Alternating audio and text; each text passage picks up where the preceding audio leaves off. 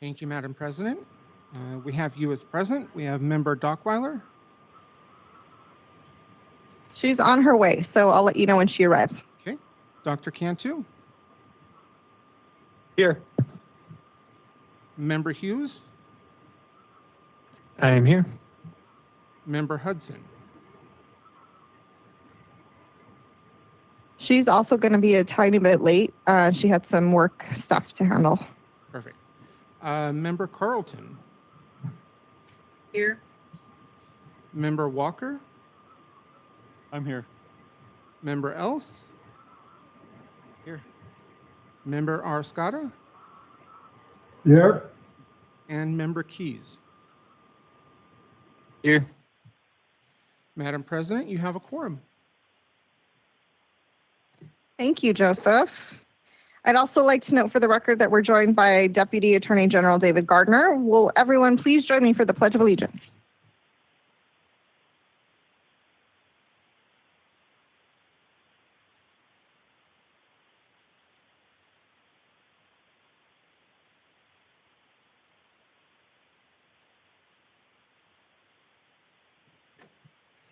We would also like to acknowledge the Indigenous peoples whose traditional homeland we're presenting from and where people are joining us from in what is now the state of Nevada.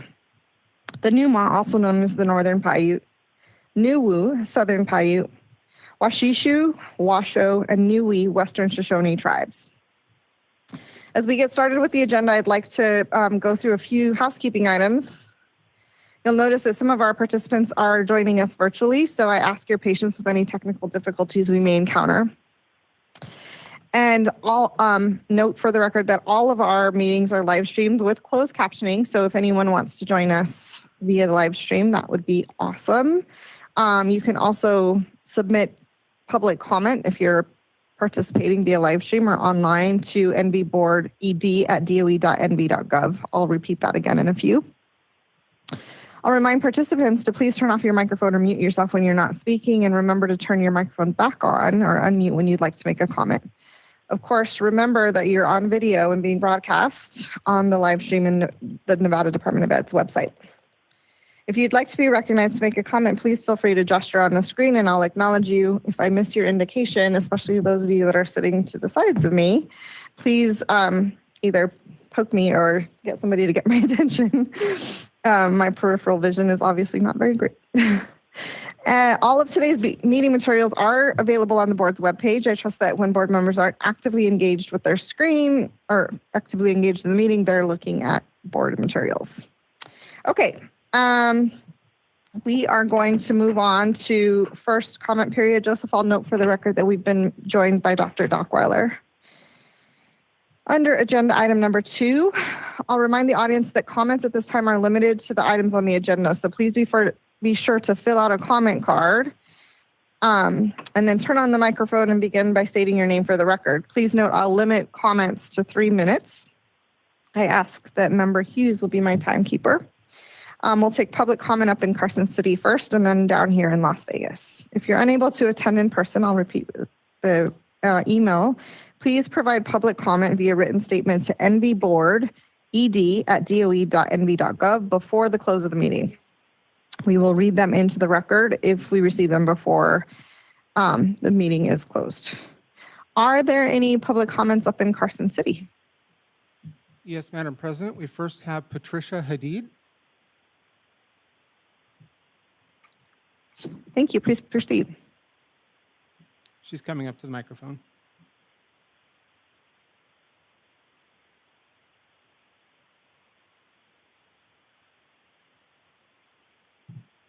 Good afternoon.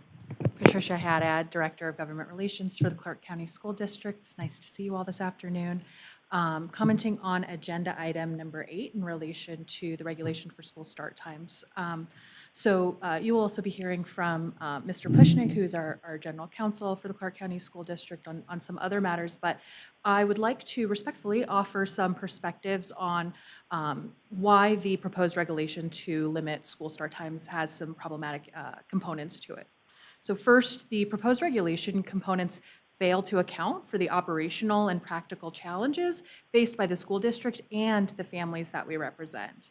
The guardrails that are set forth in the proposed regulation will lead to significant disruptions as they're unfeasible for the daily lives of students and families and significantly burden district operations.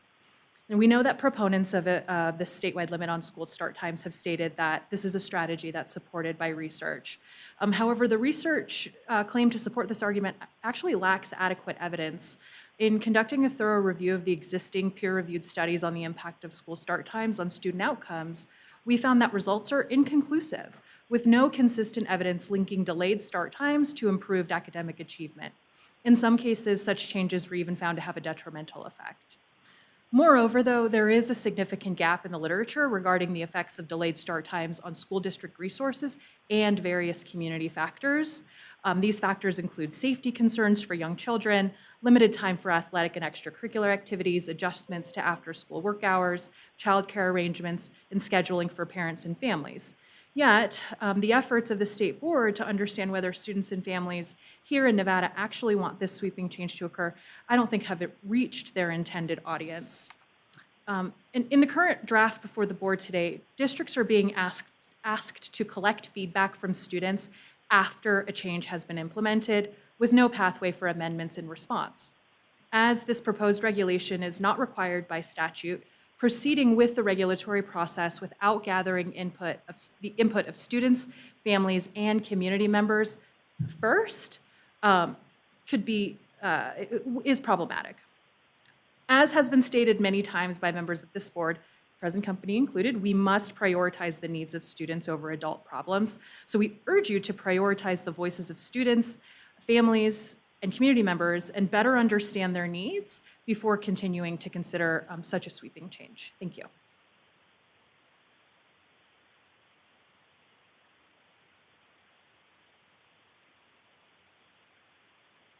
Our next public comment comes from AJ Fueling.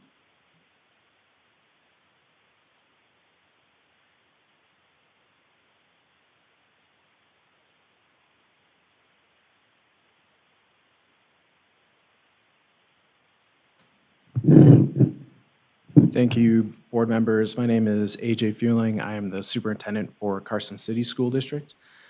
So regarding the school start time item, back in 2011 to 14, when a lot of the research on this started coming out, my school community here in Carson, as that was happening, said, hey, this is something we actually are interested in, we'd like to talk about.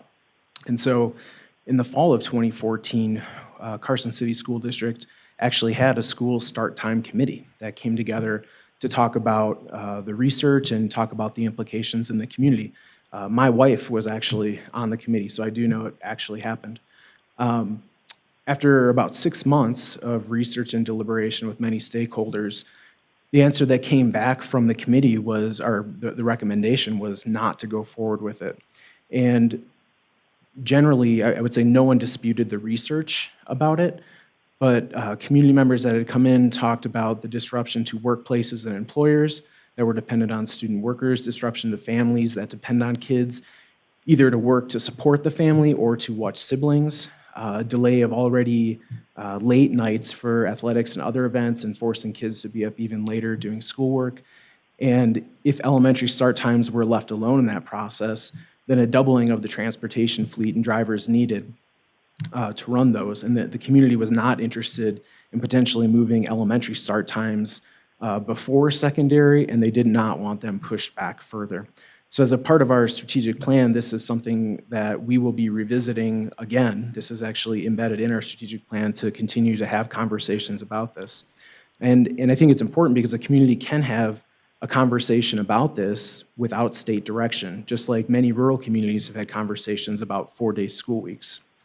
And I think it's important, too, that we often fall into a trap, I think, in education of what I call like the best practice fallacy or the research fallacy, and just the idea that just because something is a best practice or research-based does not mean it should be implemented or that it can be implemented faithfully.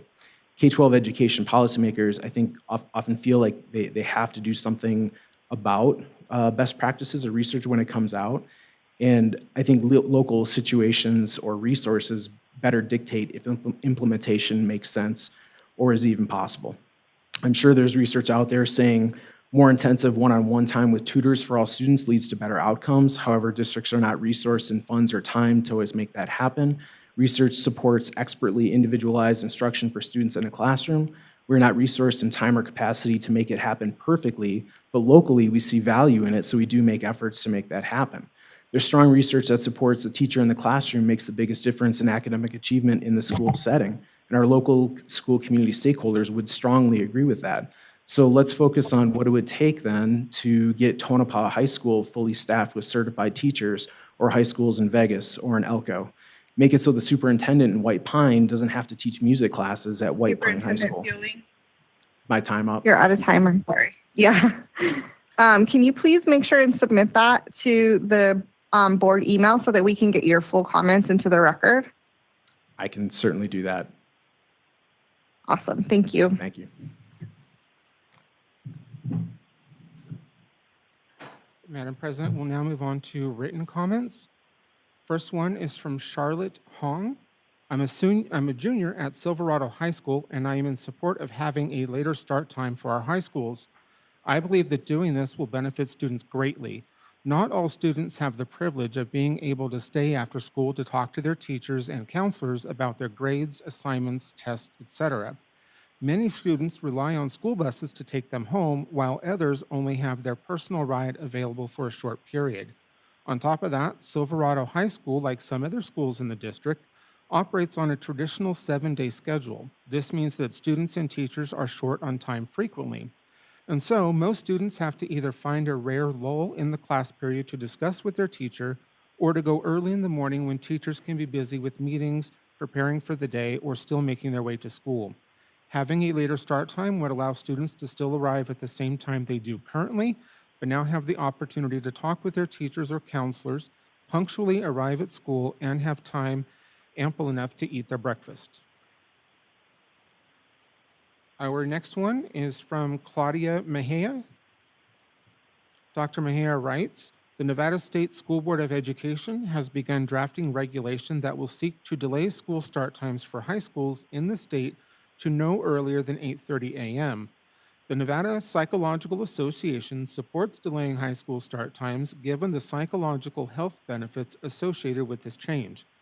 The psychological and physical health benefits of delayed start times for adolescents has been demonstrated in the research, including observational and longitudinal studies.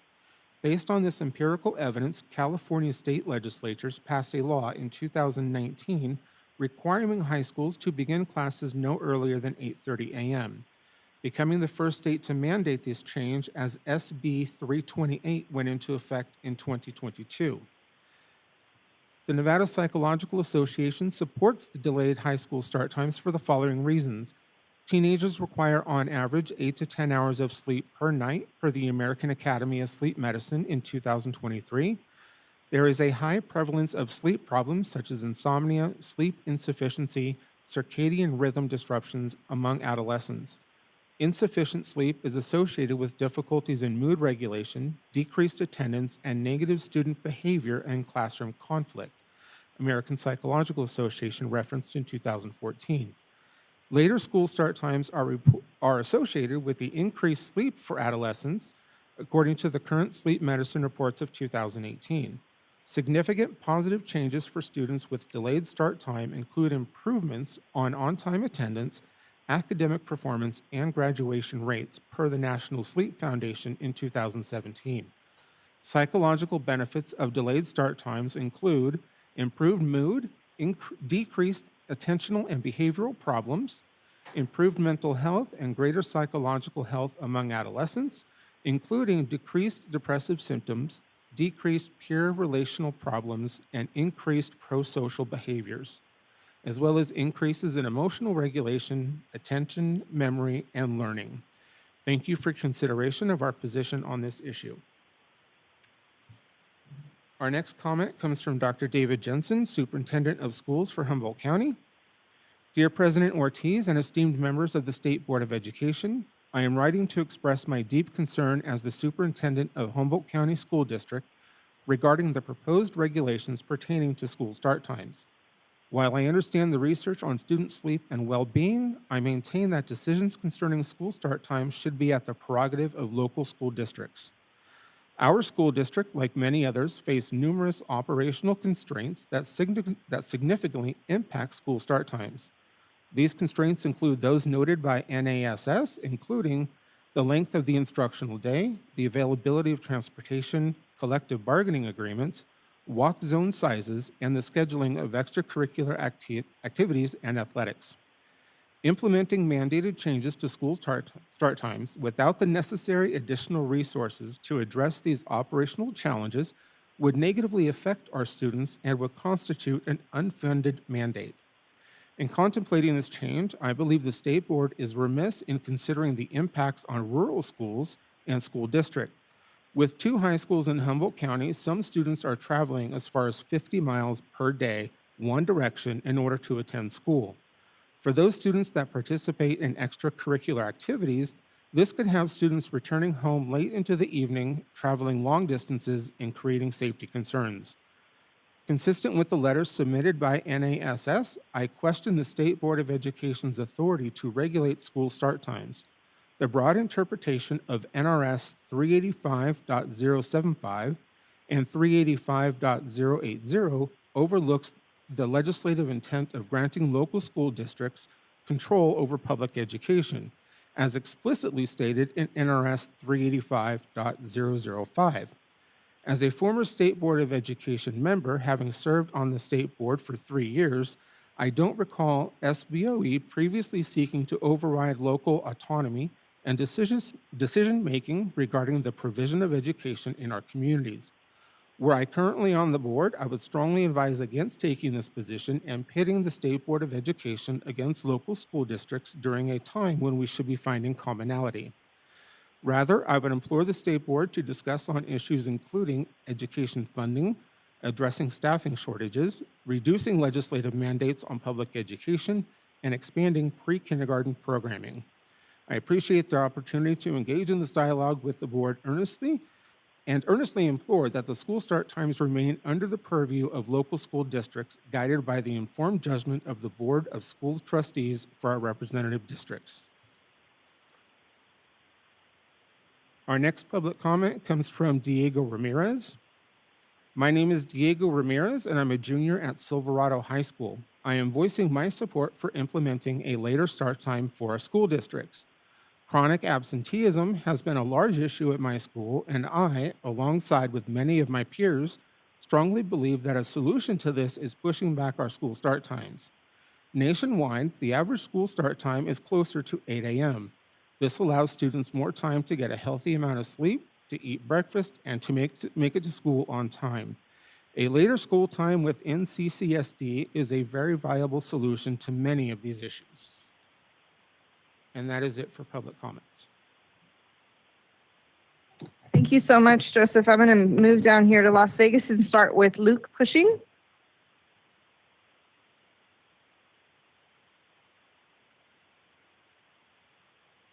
I apologize. I think I pronounced your last name incorrectly.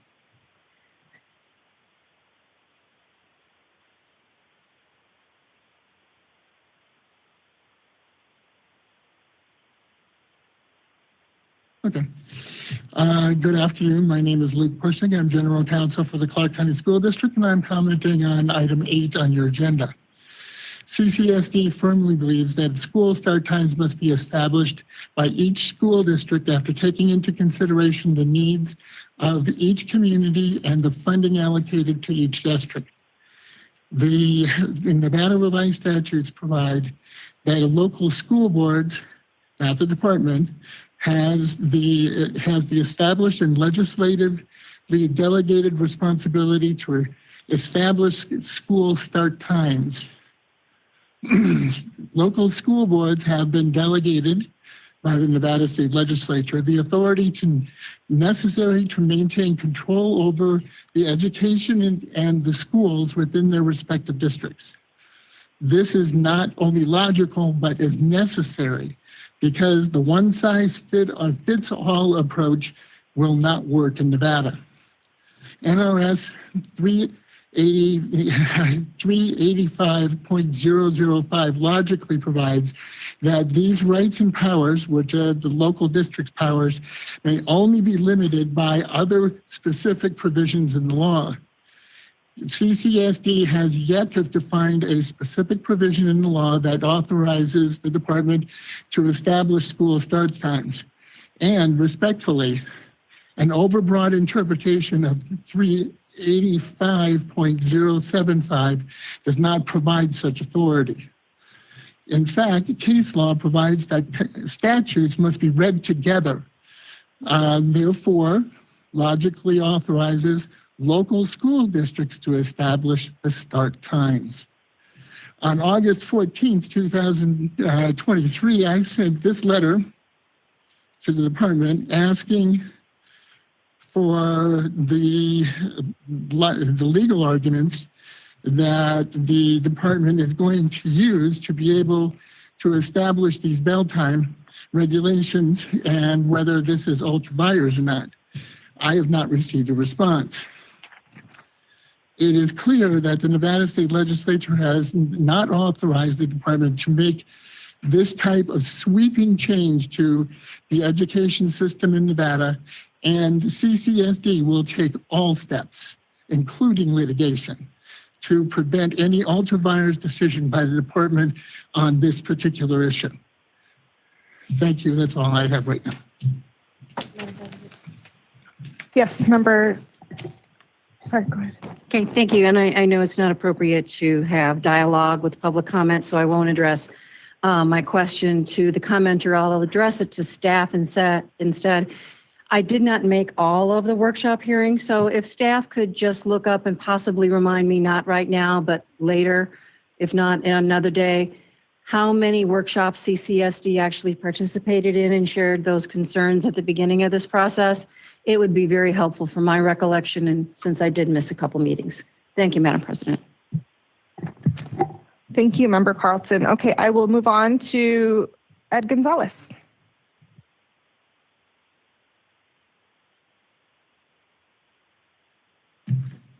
Thank you, Madam President, Superintendent Ebert, members of the board. Before I get started, is it on? I want to congratulate Member Keys. I know what it's like to be a student member on a committee. I always thought I was an equal member, even at times where some of the board members might not have assumed so. So speak out freely. I mean, I know this board values your opinion, so this is a really good board. I'm speaking on item 11. I know it's a future agenda item.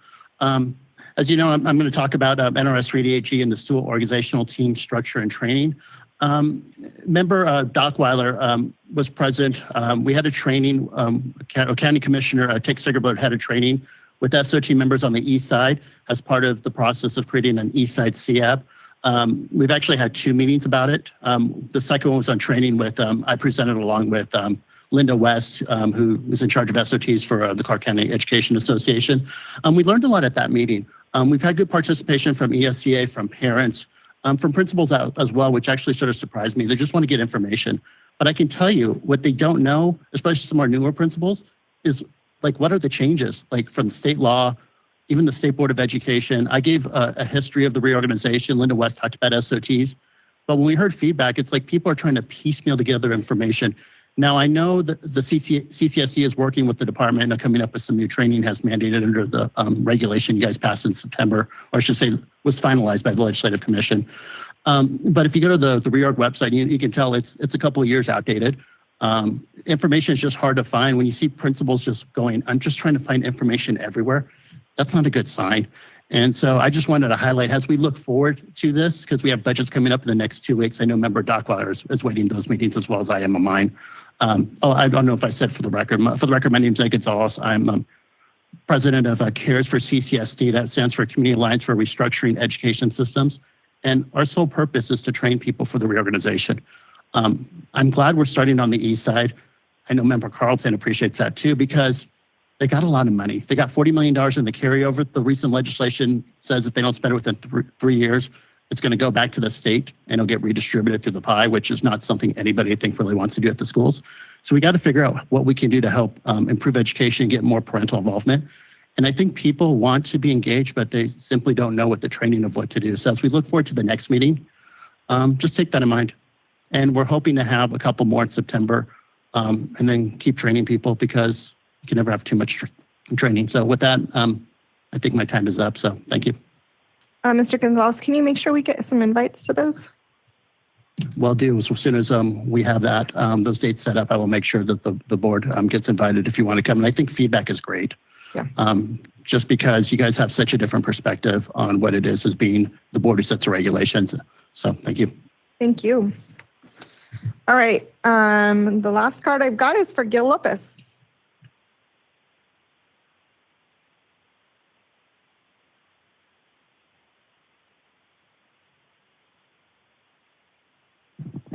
All right. Hello, President, members of the Nevada State Board of Education. My name is Gil Lopez.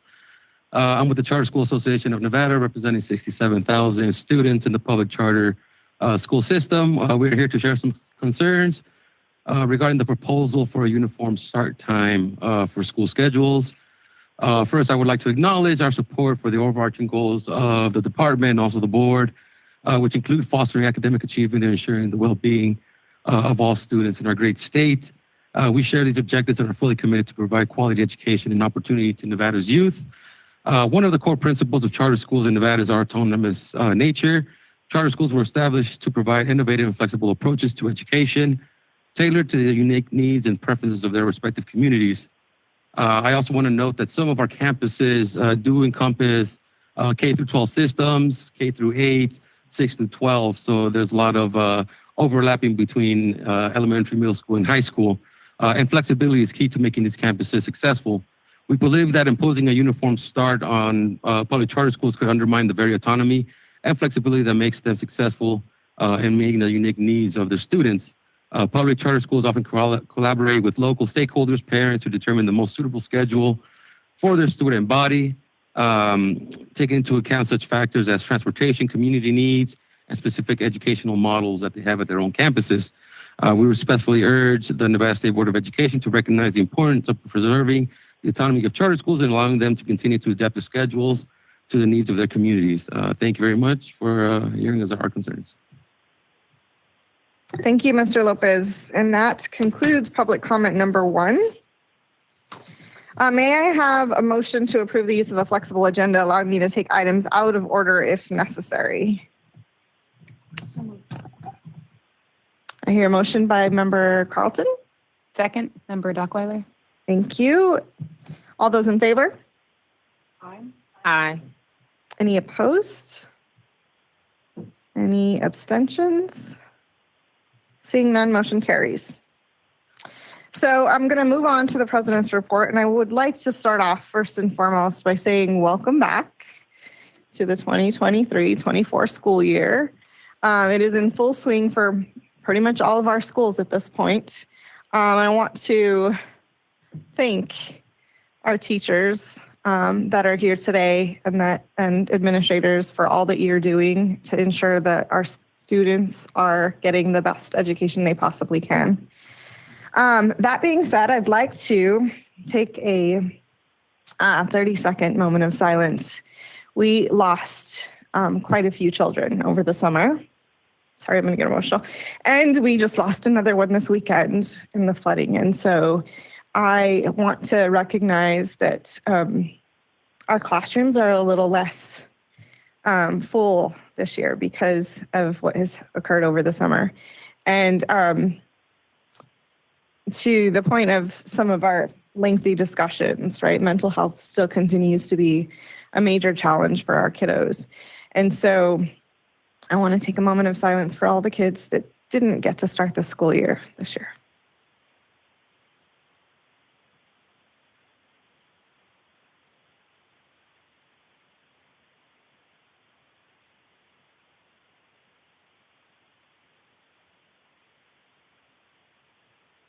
Thank you.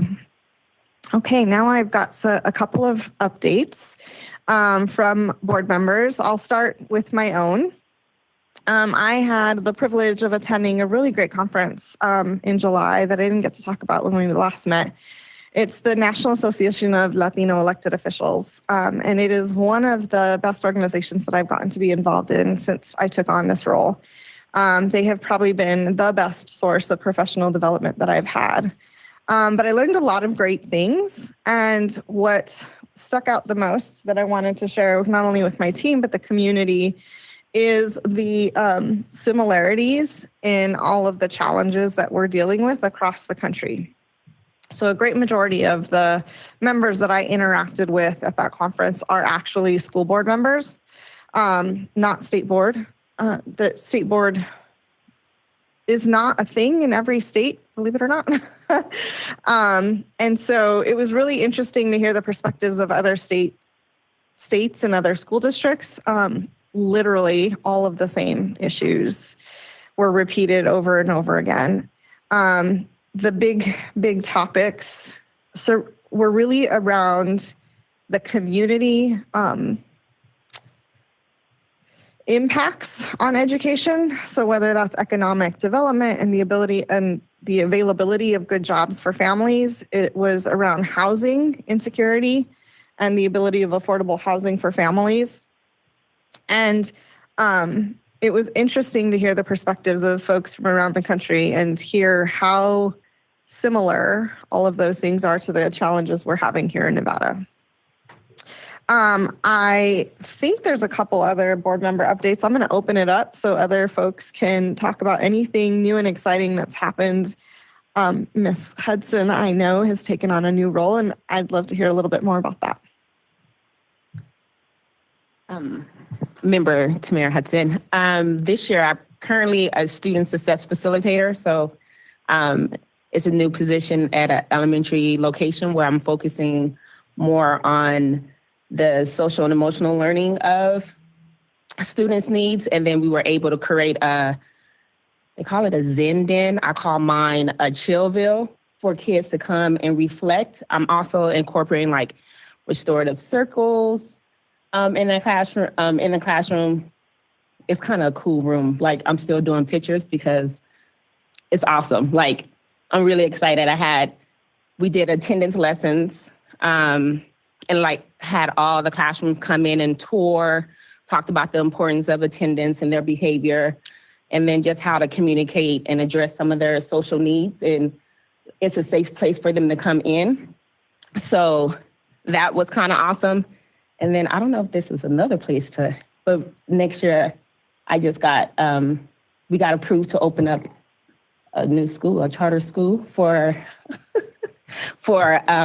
performance arts. So it's going to be elementary and middle school. So that's the exciting news that I've been dealing with. But I'm really excited about my new position because the kids are loving it. And I'm back at my old school. So it's like being back at home. So all the kids are like coming to me with all their problems and expressing themselves. So it's really neat that they're actually communicating. I had a restorative circles and they thought it was like cool to actually express themselves. Like, oh, you're gonna listen to me and how I feel, and we get to communicate. And they each have to like take turns. So it's some cool things going on in the classrooms now. So I'm excited. Thank you for sharing, Member Hudson. We're excited for you. And I'm going to have to come visit. Chillville sounds like my kind of vibe. Anybody else have any updates that they want to share with the team? Nope. Okay. Last but not least, Member Arascata, I would love for you to share your System of Higher Ed update. Thank you for this opportunity, President Ortiz. As we develop our collaborative efforts between the Nevada Department of Education and INSHE, steps are in the initial stages as goals and especially data are going to be further examined between INSHE and the Nevada Department of Education, and most importantly for plans for future collaborations. Since our last meeting, there's 4 pretty big items that have really come out to play, where INSHE has been invited to join 21 other states to participate in the Charles M. Dana Center's Launch Year Initiative. This supports the scaling of mathematic pathways from high school through post-secondary education and also into the workplace, which assists with workplace development. And it aligns students with goals and especially aspirations. Also through the Chuck Meadows Community College, 4 faculty members were selected nationally to participate in the National Career Clusters Framework Industry Advisory Group, which is a pretty big title. Very acclaimed, highly recognized individuals, and we thank them for all the service they provide. After meeting with the Nevada Department of Education staff, with the Nevada System of Higher Education staff, institutional research is in the process of reconfiguring the teacher education data dashboard, which it's going to go live this fall. And we will have a future update on that. As I mentioned, the collaborations between the 2 boards. This data contained for the dashboard is primarily used for the implementation of, you have to remember this, AB 428, which is the teacher pipeline, SB 291, which is the Nevada Institute of Teaching Education Preparation, and AB 515 to incentivize pathways for teaching grant.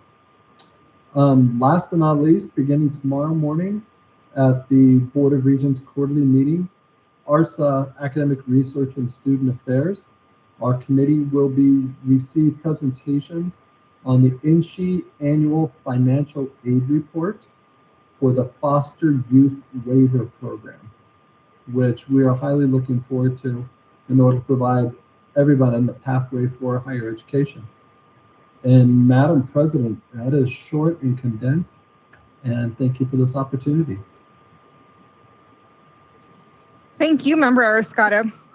As usual, I appreciate hearing about all the things that she's doing and how it connects to K-12 education. So thank you again for not only suggesting this, but agreeing to do it and bringing good information every time.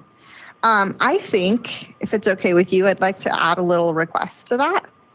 Would you be willing to put together a little brief synopsis that we could add to meeting materials going forward? Sure, that's not a problem at all. Like Let's speak about, Yeah, even like a bullet point list with some hyperlinks to more info if necessary. I just think that for those folks that don't get to attend meetings and maybe are just reviewing board materials, that might be an end. Oh, by the way, I'm being a little self-serving here. Sometimes I want to go back and dig deeper on some of the things you mentioned. And if I don't have my notes in front of me, it's hard for me to remember where everything was. So that would be awesome. Just a small request. it is my pleasure. Awesome. Thank you. Okay, I'm going to turn it over now to Superintendent Ebert for the superintendent's report. Thank you, Madam President, members of the board, audience here today. Wonderful day to be in this boardroom with our colleagues. The first item for update is the Nevada Department of Education regulatory process. As many of you know, Governor Lombardo issued Executive Order 23008, which required agencies to repeal, streamline, clarify, reduce, or otherwise improve the regulations that were submitted, which this board did via Executive Order 23003. So the department has now started that process. We actually held our first regulation hearing last week. It went well. There weren't any comments mentioned at that point in time. We plan on holding our next regulation workshop at the end of September this month.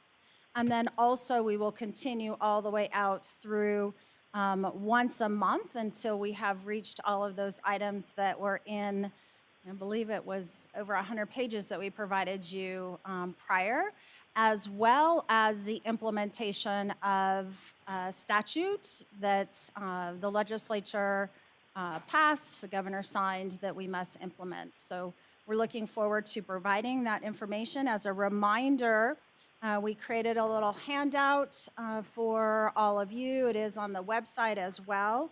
To the process, we do have to post workshops with 15 days notice.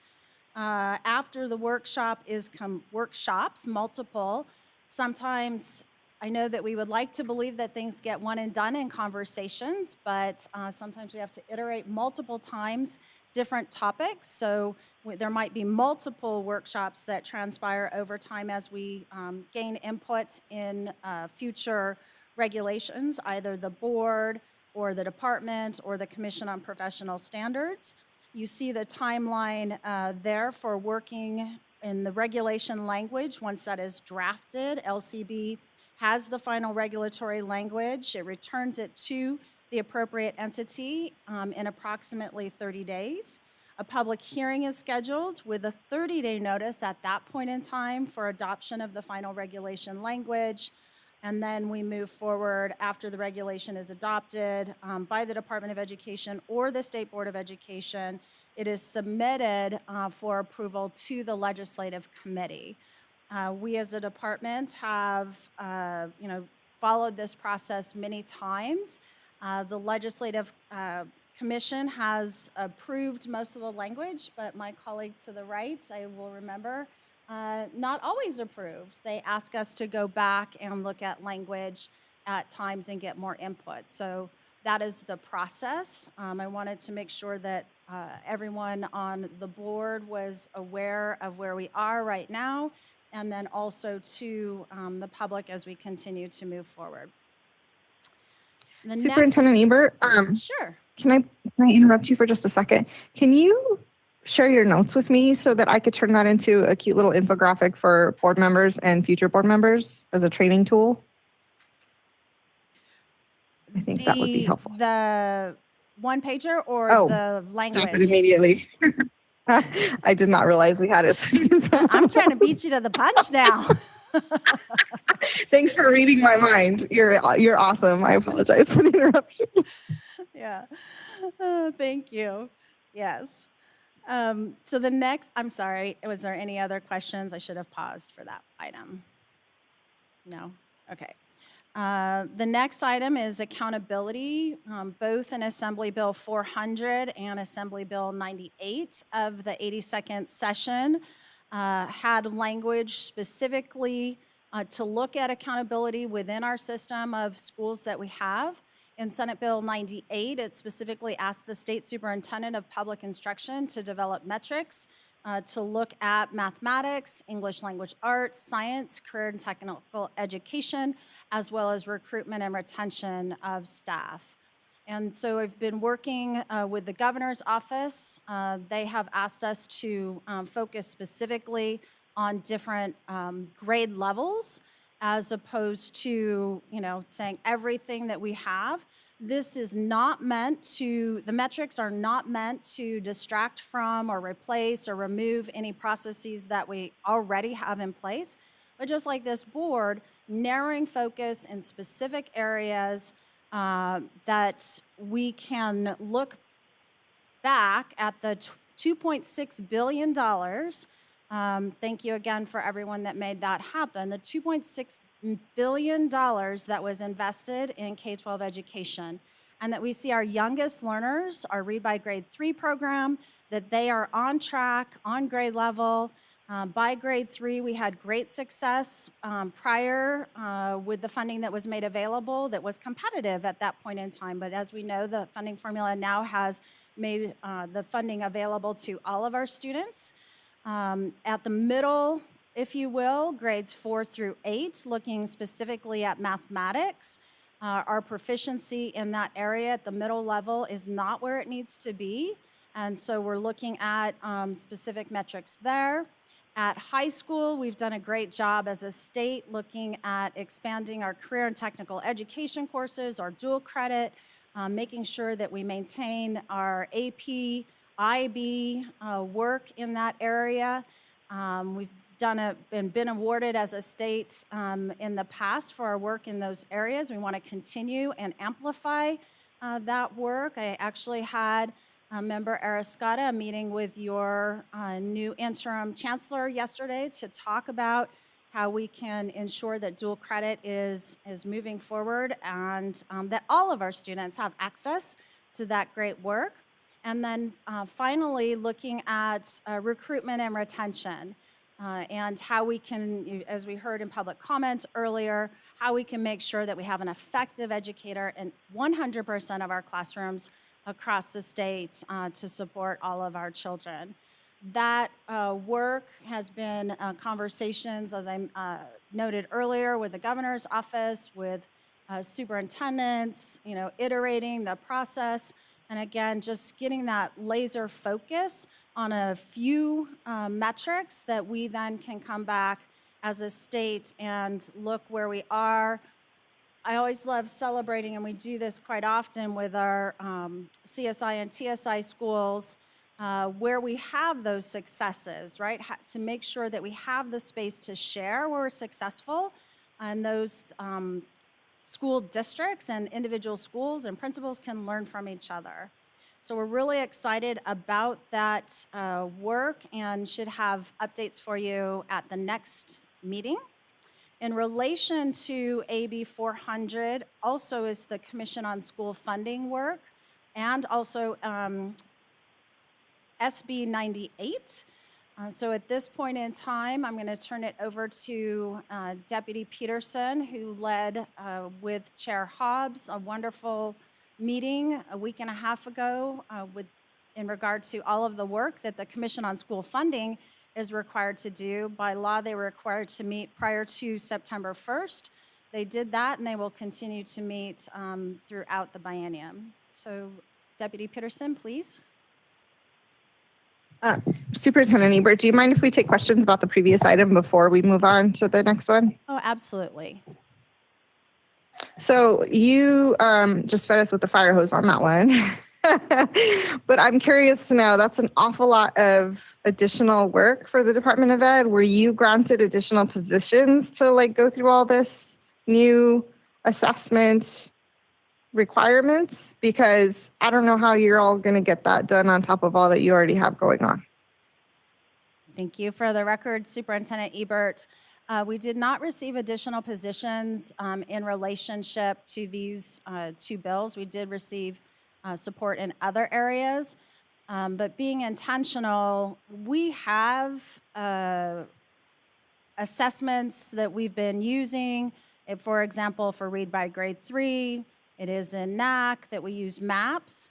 But what we haven't done as a state is create that dashboard where we can truly review, analyze, not only the Department of Education, not only with the superintendents, but also the community. The community really, and parents must be involved to move from where we're at today to where we need to be and should be for all of our children. And so what we want to do is create that space where everyone across the entire state can see where we're at, and then they can see themselves, whether it is a not-for-profit, whether it is a for-profit, and our educators, our principals, the superintendents themselves moving in that direction. I do want to say that this is, reiterate, this is not intended to be all new. We're taking metrics that we've looked at and amplifying a few and focusing in those areas. So that's a rather large lift. What is the timeline for implementation? And is there sufficient budget, again, for you to include marketing and communications around it, right? So it's all good if we put together this fabulous dashboard, but if we don't have the money or the time or the effort and the right people educating the community about what it says and what it means, then it's going to be a wasted effort. So just curious about timeline and implementation. For marketing, so the implementation, this is already transpiring in our schools, right? Schools and school districts are already, I know some have started the MAPS assessment. That is moving forward. For the marketing portion of this, we see that rolling out over time. We are using, which is allowable, some of our federal dollars to support this work. But for clarity, we did not receive any additional state dollars for this work. Okay. God bless you is all I have to say. Any other questions from the board? Okay. I will turn it over to Megan Peterson. Good afternoon, Deputy Superintendent Megan Peterson for the Student Investment Division. For the record, as the superintendent mentioned previously, the Commission on School Funding held their first meeting on August 25th, not quite 2 weeks ago. During that meeting, it was a refresher and an initial agenda-setting meeting for the rest of the biennium. They included things such as electing their chair and making appointments to the Commission on Innovation and Excellence, as required by Senate Bill 425, and the lucky winner in both cases was Joyce Woodhouse. The commission also received presentations on legislative updates that occurred, changes to the plan, as well as the pupil-centered funding model itself, and expanded the scope and duties of the commission, which includes analysis and review of the accountability metrics that were previously mentioned. The commission also received a report from the department's current accountability framework as presented in the Nevada report card and under the Nevada School Performance Framework, also known as the NSPF. We also reviewed a letter of intent that was issued by the Nevada legislature, which includes directing review of the grad score as introduced for the at-risk definition for the weighted funding within the pupil-centered funding plan. Also included in the letter of intent is a request to review and make recommendations regarding the Nevada Cost of Education Index, as well as several other items, which also includes a review of the English learner weight and whether or not it is within the scope of that funding to provide and operate a dual language program within the districts and charter schools. The commission will look to address these topics identified as well as other items introduced through Assembly Bill 400 in Section 23 and Senate Bill 98 and Section 4, and other items that the commission identifies through their work. The next meeting is currently scheduled for September 28th, and tentative dates for October 20th, November 9th, and December 15th have been tentatively flagged. To support this work, the department did receive an appropriation from the legislature totaling $1.5 million to conduct the necessary studies to support the commission's work. The commission is also working with the department to work on requests for proposals as needed to conduct studies to support their work as they work through the biennium.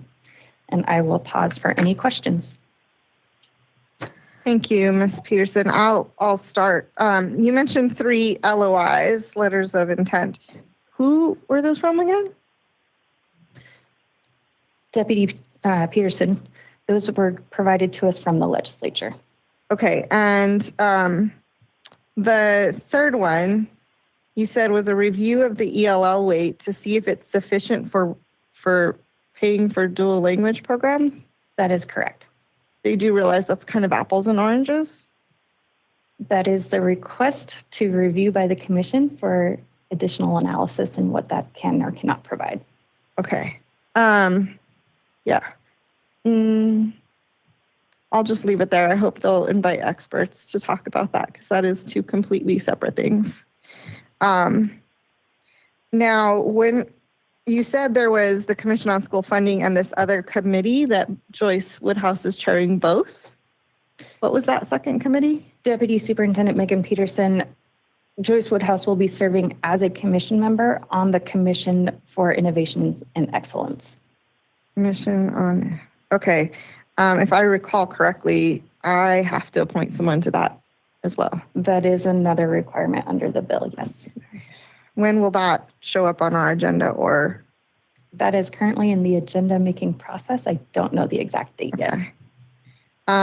Who was elected chair of the commission? The Commission on School Funding's vice chair is Joyce Woodhouse, and the chair is Guy Hobbs. Okay, so Guy is still continuing. Yes. Got it. Okay, that's all for me. Anyone else?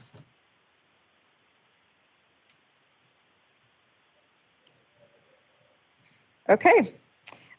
Superintendent Ebert, did you have anything further under the superintendent's report? Yeah, thank you. I just have a few other updates. One is this Saturday, September 9th, we will have our 2nd annual Nevada Teaching and Learning Conference for all PK-12 educators. That is online.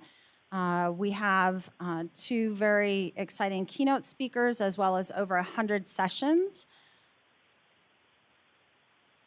With that, the only other two items that I would add, I provided you a handout for the National Equity Project. Those of you that have been on the board for quite a while know that we've been working with the group for 4 years now, and there are workshops that you may choose to attend or share with others. They're both during the day and then also in the afternoon. It is meant for all of those that are looking toward leading and working for all of our children in our state. And then finally, actually two finals, I was able to visit Clark County School District, Washoe County School District on opening day, as well as Carson City School District. Superintendent Fueling and I were able to play tetherball, which was really exciting to get out there with the kids and see that well, you'll have to find out when we do Throwback Thursday. And then also I had the pleasure to take a team out. We drove out to Pershing County School District's Back to School Night. They bring the entire community. Most school districts do it individual schools. Pershing has the opportunity to do all the schools in the high school gym. It was really exciting. They had healthcare there, which they have a new department in that area. All the teachers. It was just a wonderful evening that we were able to spend out in Pershing County School District. And the last one is I would like to introduce and reintroduce some of you to our new Chief Strategy Officer, Lisa Ford. Can you please stand? I know you're in the room there.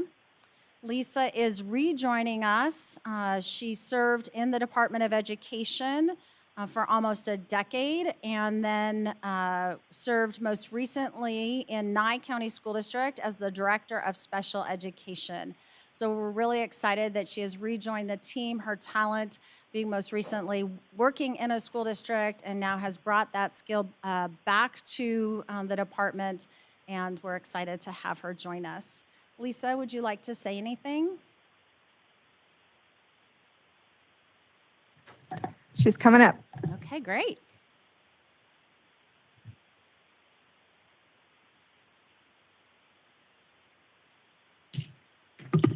Thank you so much, members of the board. This is Lisa Ford for the record. I just want to thank the superintendent for such a nice introduction, and it is such a wonderful pleasure and a joy to be back at the department. I'm really looking forward to the work moving forward and to serving you. Thank you, Ms. Ford, and welcome to the team. And okay, is there anything else?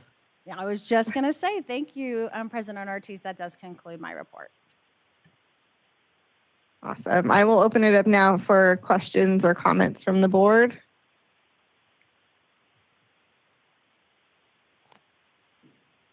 Seeing none, I will give my 2 cents and remind everyone, I think I'll be a little bit more direct than Superintendent Ebert. This equity training, I would highly recommend that you attend. As leaders in this community where our student body is very diverse, I think it is even more important for us to recognize our own biases and ensure that we're aware and counteracting what our implicit bias may tell us as we sit at this table and make decisions for kids. So I'd appreciate if everyone would attend. And for those of you that are watching or interested, it sounds like it's open. Ms. Gonzalez, is that correct? Yeah, it's open to anyone that wants to attend. So this is here at the front if anyone wants to scan the QR code. I will tell you that in the trainings that I've had so far, both from the State Department of Ed in the work that we've done in the past few years and through other organizations that I've been part of, have been so impactful and eye-opening, and made me recognize my own biases and think differently in all that I do when I'm making decisions at this table. So thank you for organizing that, and I look forward to participating. Yeah, Member Hudson, go ahead. Member Hudson, I do also want to say thank you, because it was like you were reading my head. I just talked to my principal about providing my staff with a training like this. So I appreciate it. I signed it up for all 4 that I seen on that list. So you'll see me. That's awesome. Thank you. Okay, I'll move on now to the consent agenda. I trust that our board members have had ample opportunity to review the consent agenda items and support materials. As a reminder, our board members are now reviewing all materials and providing the Department of Ed with questions at least a week in advance of the meeting so that those questions and answers can be posted as part of our board meeting materials. That not only provides transparency for the general public as to what questions are being asked during our meetings, but it also provides the answers so that they don't have to attend our meetings in order to hear what has happened. So any board member may pull an item for discussion, or we can approve them all with one single motion. Are there any items to be pulled for discussion at this time? Seeing none, then I will open it up for a motion to approve the consent agenda. Member Hudson, motion to approve the consent agenda. Member Hughes, second. All in favor, please say aye. Aye. Any opposed? Any abstentions? Motion carries. Okay, moving on now to item number 7. The board will receive a presentation regarding the recommendation of the College and Career Ready Assessment from the selection committee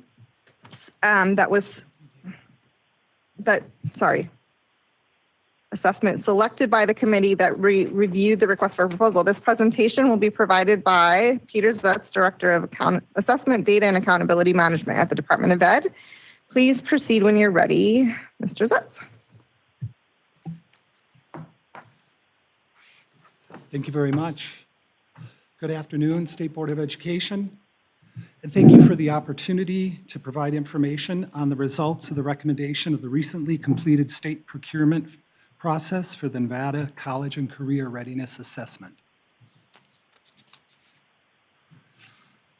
My name is Peter Zutz. I oversee the Office of Assessment, Data, and Accountability Management at the Department of Education.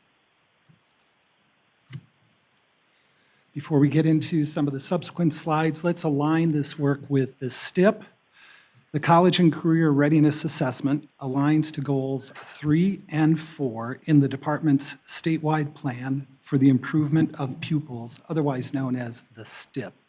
Goal number 3, all students experience continued academic growth. And goal 4, all students graduate future ready and globally prepared for post-secondary success and civic life.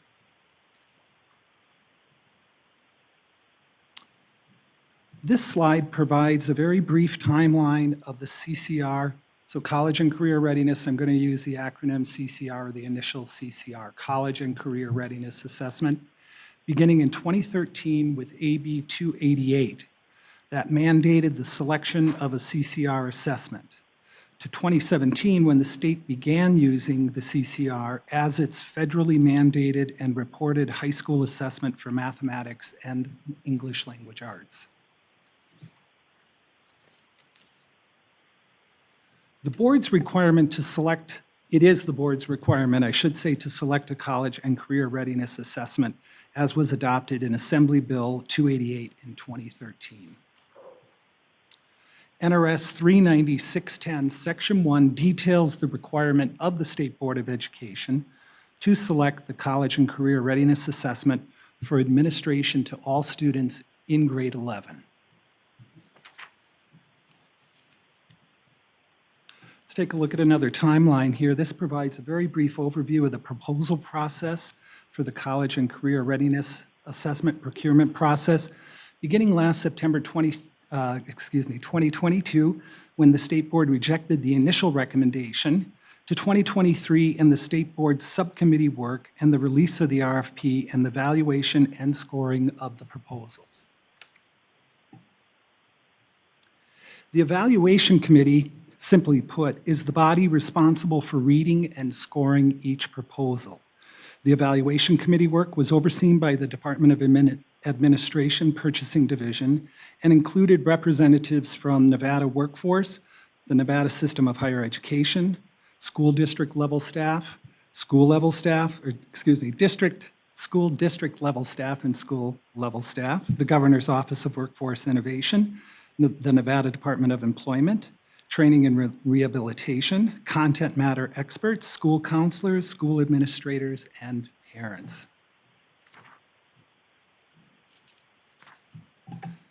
This slide provides the rubric categories and weights created by the State Board Subcommittee that were used by the Evaluation Committee to score the proposals.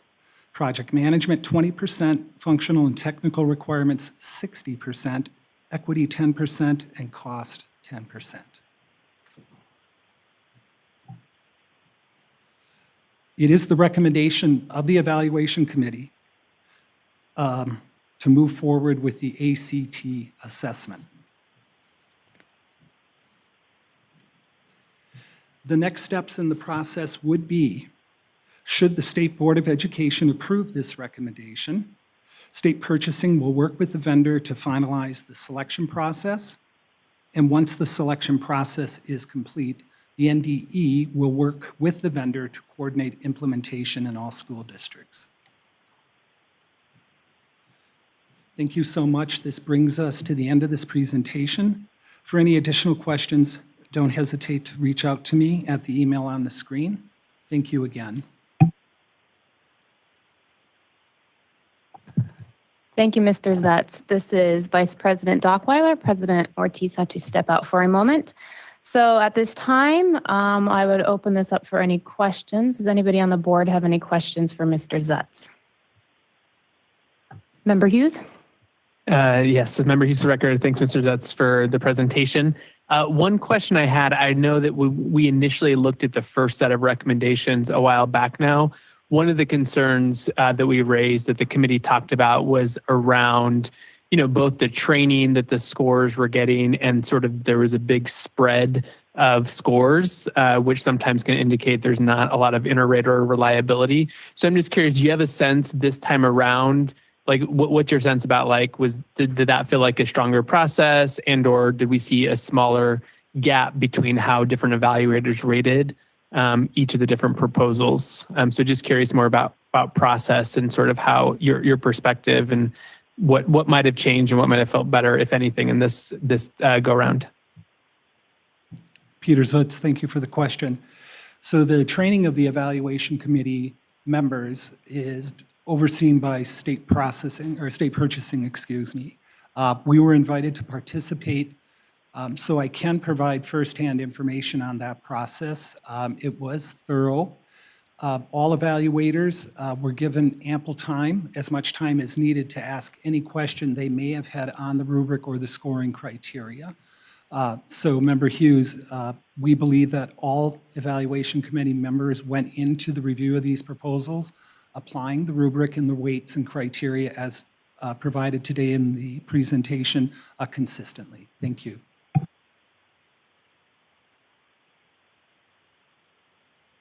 Got it. Thank you so much. And then just one quick comment I had just for folks out there listening, just wanted to thank all the folks that stepped up and volunteered for the committee, whether they were selected or not for that. I know all of us got dozens and dozens of emails and phone calls of folks who were interested in participating. So really did see sort of widespread interest in this topic and a lot of folks wanting to join the committee. So thank you for those that participated. Thank you, Member Hughes. I echo those comments. I know that is never an easy task, so we appreciate you taking the time and effort to do that. Any other questions or comments from the board? President Ortiz, this is Member Walker. Yes, Member Walker.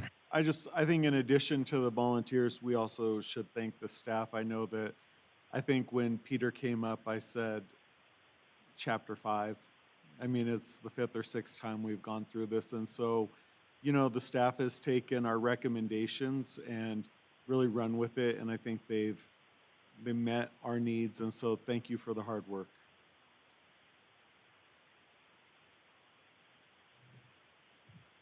Any other questions or comments from the board?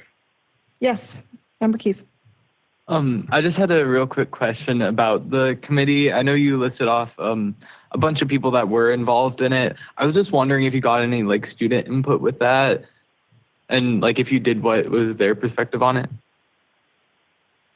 Peter Zutz for the question. Yes, I believe there was a student, at least one student on the committee. However, I wouldn't be able to provide their exact feedback nor scoring I do believe the documents have been posted publicly. So if you wish to look that up, you may do so. Thank you. Thank you. Okay, I will open it up for a motion. Member Hughes, I'd move to approve the recommendations. Member Dockweiler, I second. All in favor, say aye. Aye. Aye. Opposed? Aye. That would be me, for the record. Any abstentions? And motion carries. Thank you. All right, moving on to the next item. This time, we'll share information, have discussion regarding the draft regulation language for the school start times. The draft regulation language currently reads as follows, and I will have someone else come up and read that so that I don't have to read through it. As you all have been aware, we've been talking about this now for 9 months. We started off with a brief discussion. We confirmed with our DAG that we have the authority to do this. And then we had 3 different workshops. Thank you, Member Carlson, for bringing that up, where we took public input. We had one here, one in Carson City, and then another one back down here at one of our schools. And then we've had 2 subsequent meetings where we've talked about the language and come up with this draft language. So, can I have someone else read the language for the record? This is, again, draft. Nobody? Member Cantu, I can read it for you. Awesome. Thank you. Please proceed. Okay, so draft SBE regulation language, school start times, purpose and scope. This regulation is established by the Nevada State Board of Education to set guidelines and guardrails for school start times in all school districts and charter schools within the state. The regulation applies to all schools, including charter schools and districts with schools that currently begin prior to 8 a.m. Section 1, options for school start times. School districts and charter schools that currently have schools with start times before 8 a.m. must provide alternative options to families and students. These options shall be aimed at addressing the potential negative impact of early start times on student health, well-being, and academic performance. Section 2, survey of school community. Each school district and charter school with early start time shall conduct a comprehensive survey of their individual school communities that are representative of the student body. The survey will gather feedback on current start times and preferred options for adjusting start times, considering various factors such as transportation, extracurricular activities, and family needs. Section 3, waiver system. The State Board of Education shall develop and implement a waiver system for schools that face unique challenges in modifying their start times.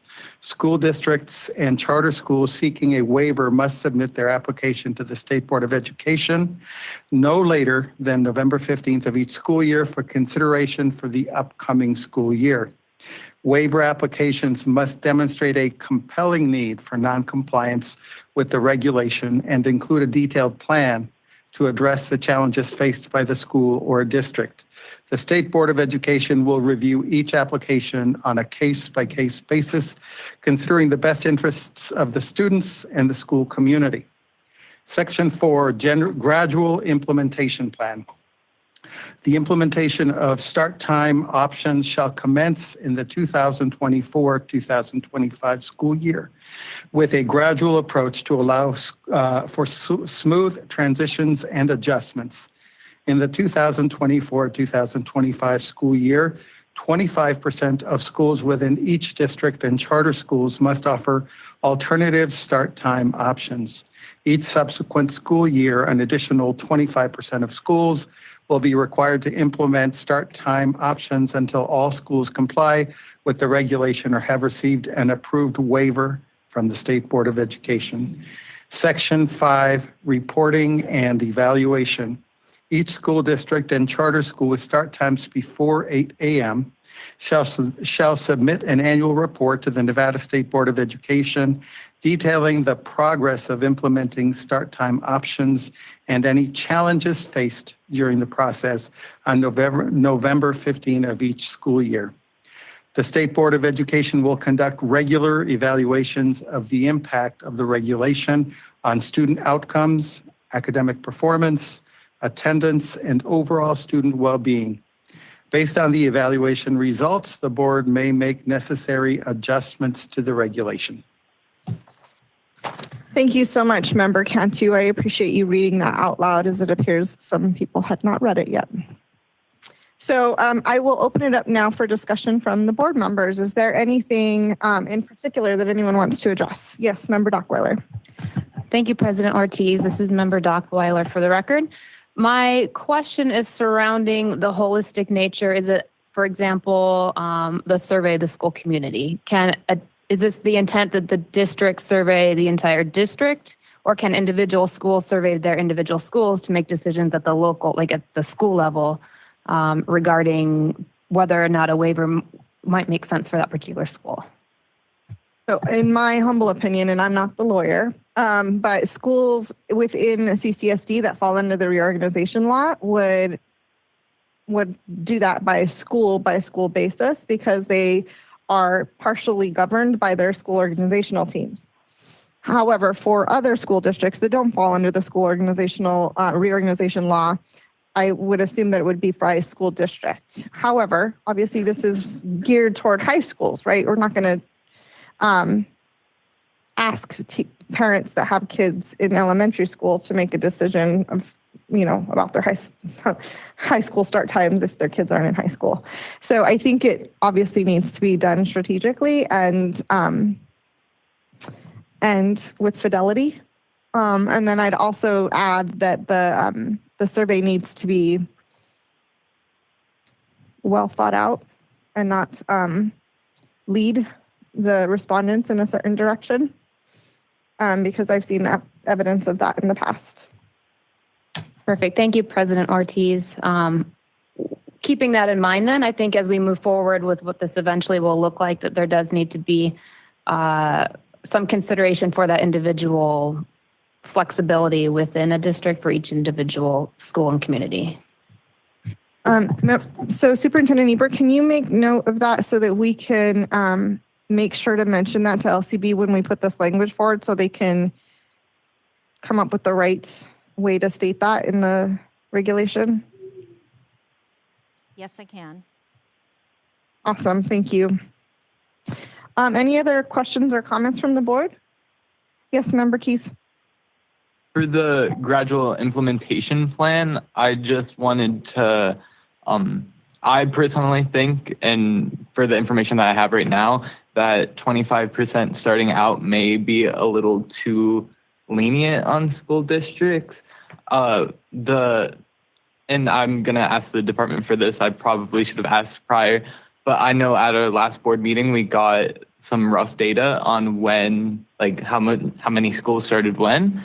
And I myself put together some of that data, kind of tried to clean it up. And what I got was Clark County, which we know is most likely to have earlier start times, has around 23% starting after that 8 a.m. start time.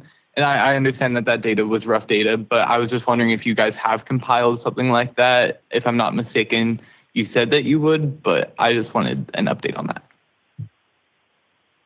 Superintendent Ebert or Deputy Peterson, I'll turn it over to either one of you. Yes, thank you. Superintendent Ebert for the record. We just had our last school district start this last Monday, so now we have all of the accurate, they didn't start on Monday, they started on Tuesday. Accurate data, which we will provide to the board, but what we had previously provided was, I would say, 95% accurate at that moment in time. So that being said, then what you're seeing, Member Keys, is that Clark County School District would be in compliance for this upcoming school year if they added like 1 or 2 more schools. That's what I was saying. I would need to get some further like research on that, but that's what I gathered from it. And I'm afraid that if we just do it, then it won't make as much of a big impact as we would want it to. Okay. What would you recommend as an alternative? Maybe just having the original like first year, maybe a little bit higher than that 25%, and then have 25% each year or something similar. All right. I will make note of that. Member Cantu, you had a question or comment? I do. Thank you, Madam Chair. So my, I guess, comment or question pertains to Section 2. I did speak with a number of students, administrators, others, all of whom overwhelmingly supported the idea of later school start times, I mean, from the student perspective and their APs and principals. This was regarding Section 2, and this is a comment from one of these principals. There will be very different needs/results in CCSD depending upon the area of the city. I would fear the survey results would be heavily influenced by families in the suburban ring. Perhaps a requirement that articulates percentage of responses from Title I school communities must be equivalent to the percentage of Title I schools in the district, ? And this is true. There are certain families or communities that might be more prone to responding to a survey, and that we need to consider that proportionality as we move forward in Section 2. Agreed. And I thought we had said that in our meeting last time. So let's make sure and add to, I swear we talked about this, that we said that, okay, it says representative of the student body. So perhaps the combination of both yours and Member Dockweiler's comments where CCSD specifically, where it's governed by the reorganization law and each school is its own precinct, can have their own survey rather than a district-wide survey, so that it's really reflective of their community. Does that make sense, Member Dockweiler? Yes, thank you. And thank you, Member Cantu, for bringing that to light and relative to the survey of the school community. I think my next question kind of encompasses a lot of this. It's more of a process question. So if I'm reading this correctly, it's each district or charter schools would apply for the waiver. Would there be a mechanism for an individual school to be able to apply for the waiver?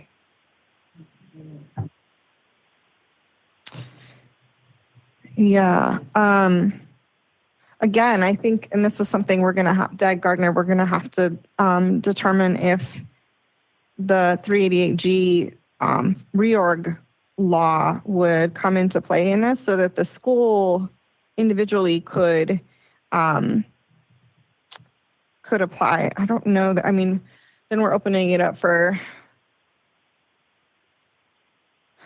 some of our other semi-large school districts to kind of be in the same position, because I'm sure for those folks that live up in Reno, Washoe County School District, you have similar situations where certain schools in certain communities, maybe Member Cantu, you can speak to this because your organization serves that community, where certain schools within that community are facing the similar challenges, right, within the urban core versus the ones that might be more rural, like here we have Moapa and Searchlight and, other areas.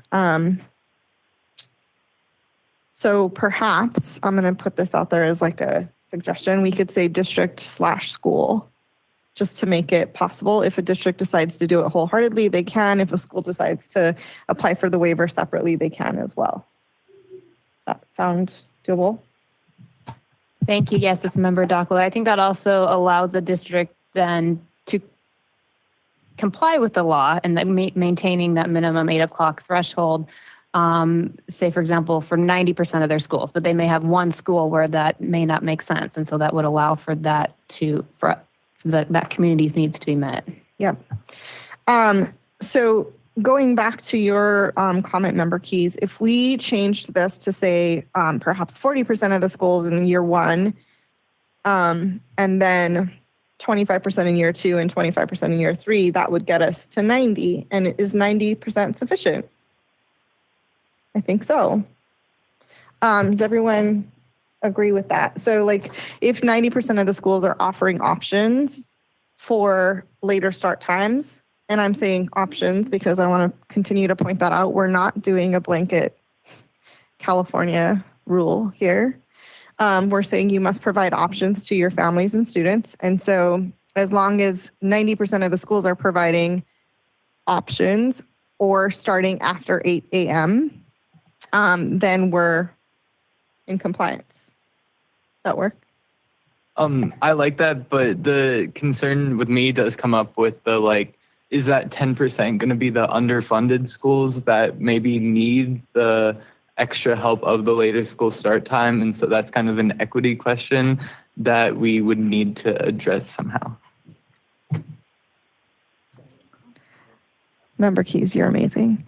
Yes, good point. So if we did, oh, yes, Member Carlson, go ahead. Thank you. And to the point, I think that's where your survey will come in very handy the first year to see what schools are going. And then if you need to incentivize schools or hold schools accountable, you'll be actually able to see what Title I schools are participating. So you're really not going to know until you get rolling. I'm a little concerned about the 40% going from 23 to 40 in 1 year. That's a big jump when you're talking about a high school that has what, 2,000 to 3,000 students in it. It's not the percentages, it's the numbers of students that are in that particular school. So I'm not sure if 40 is the right number, but I understand your concern. If they're at 23 now and we go to 25, that's 2%. But if that adds, 4 to 5 schools at 2,000 to 3,000 students, that's still a significant change at the very beginning. If I could go to a second point, is as far as the waiver goes, my concern is if you put district/school, we're going to have a whole bunch of individual schools coming in. I think there needs to be some sort of threshold to where if the district is standing in their way in some way and not allowing them to do something, then they have an opportunity to come around the district. We know we have districts that don't implement the laws that the state puts through, such as the reorganization law. So we're going to have to give those particular high schools. I don't think the percentage is as big a deal right now. I think it's the adversarial nature of what's going to happen at the individual districts. And I think we need to protect those schools and give them an option that if their district just does nothing on this, that they have an option to come to this board for some type of help. I think a lot of the districts will do well, but I think there's probably 2 or 3 where they may just do nothing. And those are the schools I think we really want to be sure to support those students. Okay. I like that. I'm going to go up north real quick and then I'll come back down. Member else, I think. Hey there. I have to throw out, we have to caution, I mean, whether it's schools, districts, a lot of the schools, the district has to be a part of that decision-making process, especially when you're pertaining to resources. And the main one right here is transportation. So I think it could be pretty detrimental to create adversary among districts, honestly, trying to figure out where the resources go. And I don't fully understand the reorganization law in Clark County, and I know that's probably the biggest area of concern right now. But each school district has their own autonomy, from my understanding, but then their outside services are all still consolidated. So I think there would be a big issue that we'd create with transportation at that point.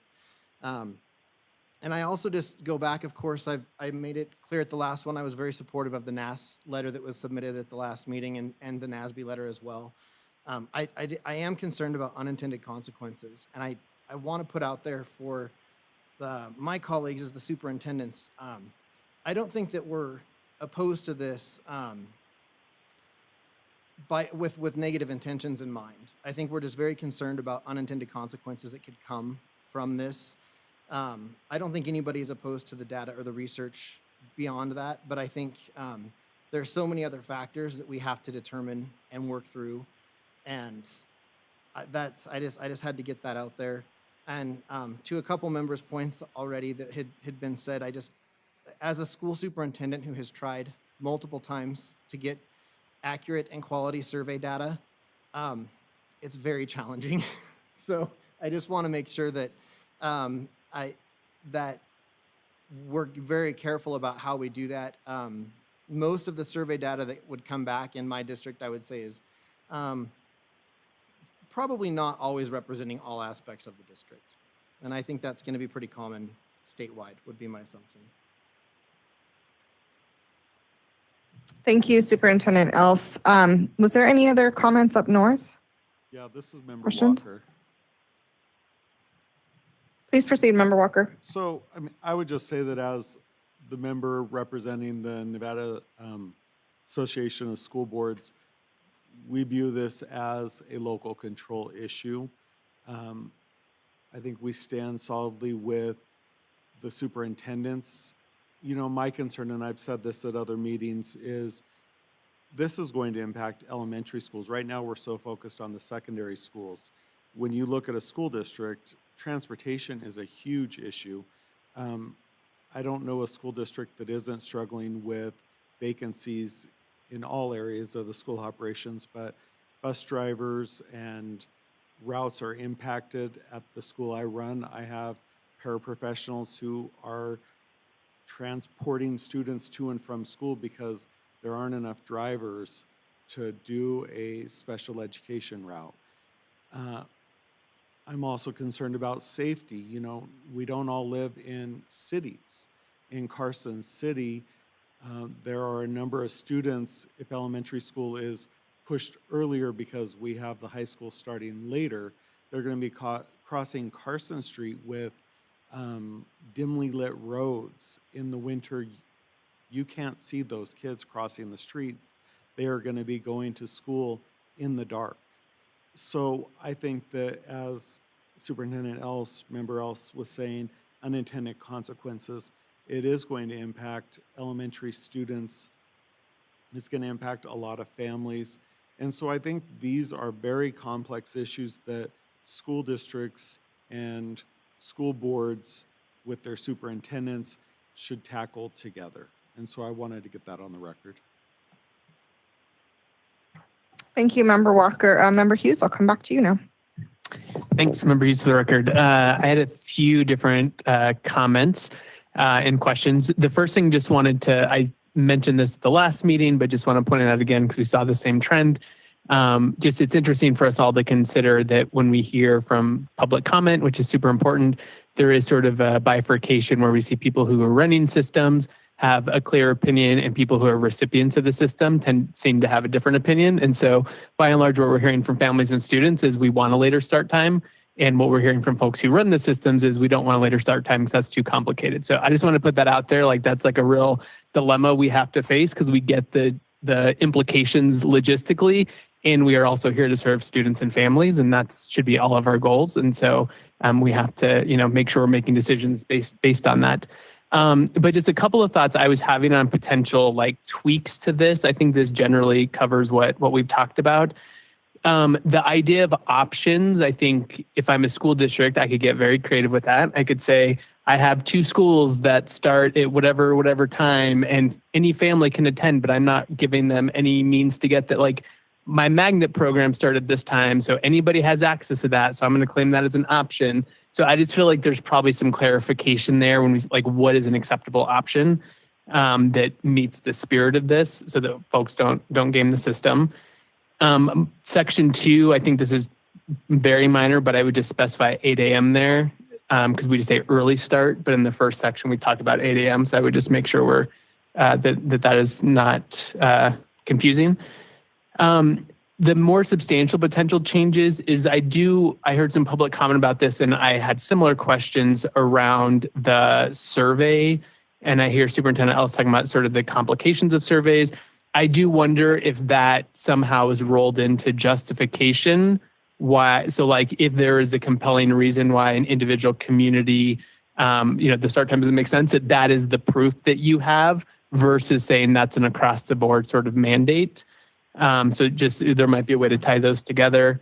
And then the last thing is, I don't know the legal, if I'm not a lawyer, to be clear, if I had to guess about where folks would sort of try to go after this, it's going to be how closely or not it aligns to the rules around calendaring, which I believe is how, like, what we think this sort of applies to.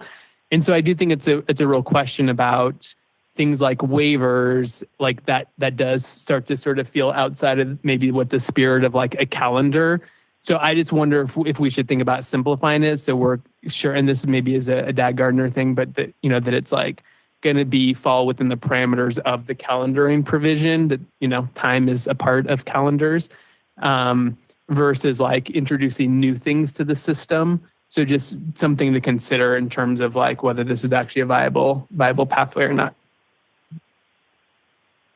Thank you, Member Hughes. Any additional questions or comments? This is Deputy David Gardner. Thank you. Go ahead, Dick Gardner. Can I make a comment, please, President Ortiz? Absolutely. Please proceed.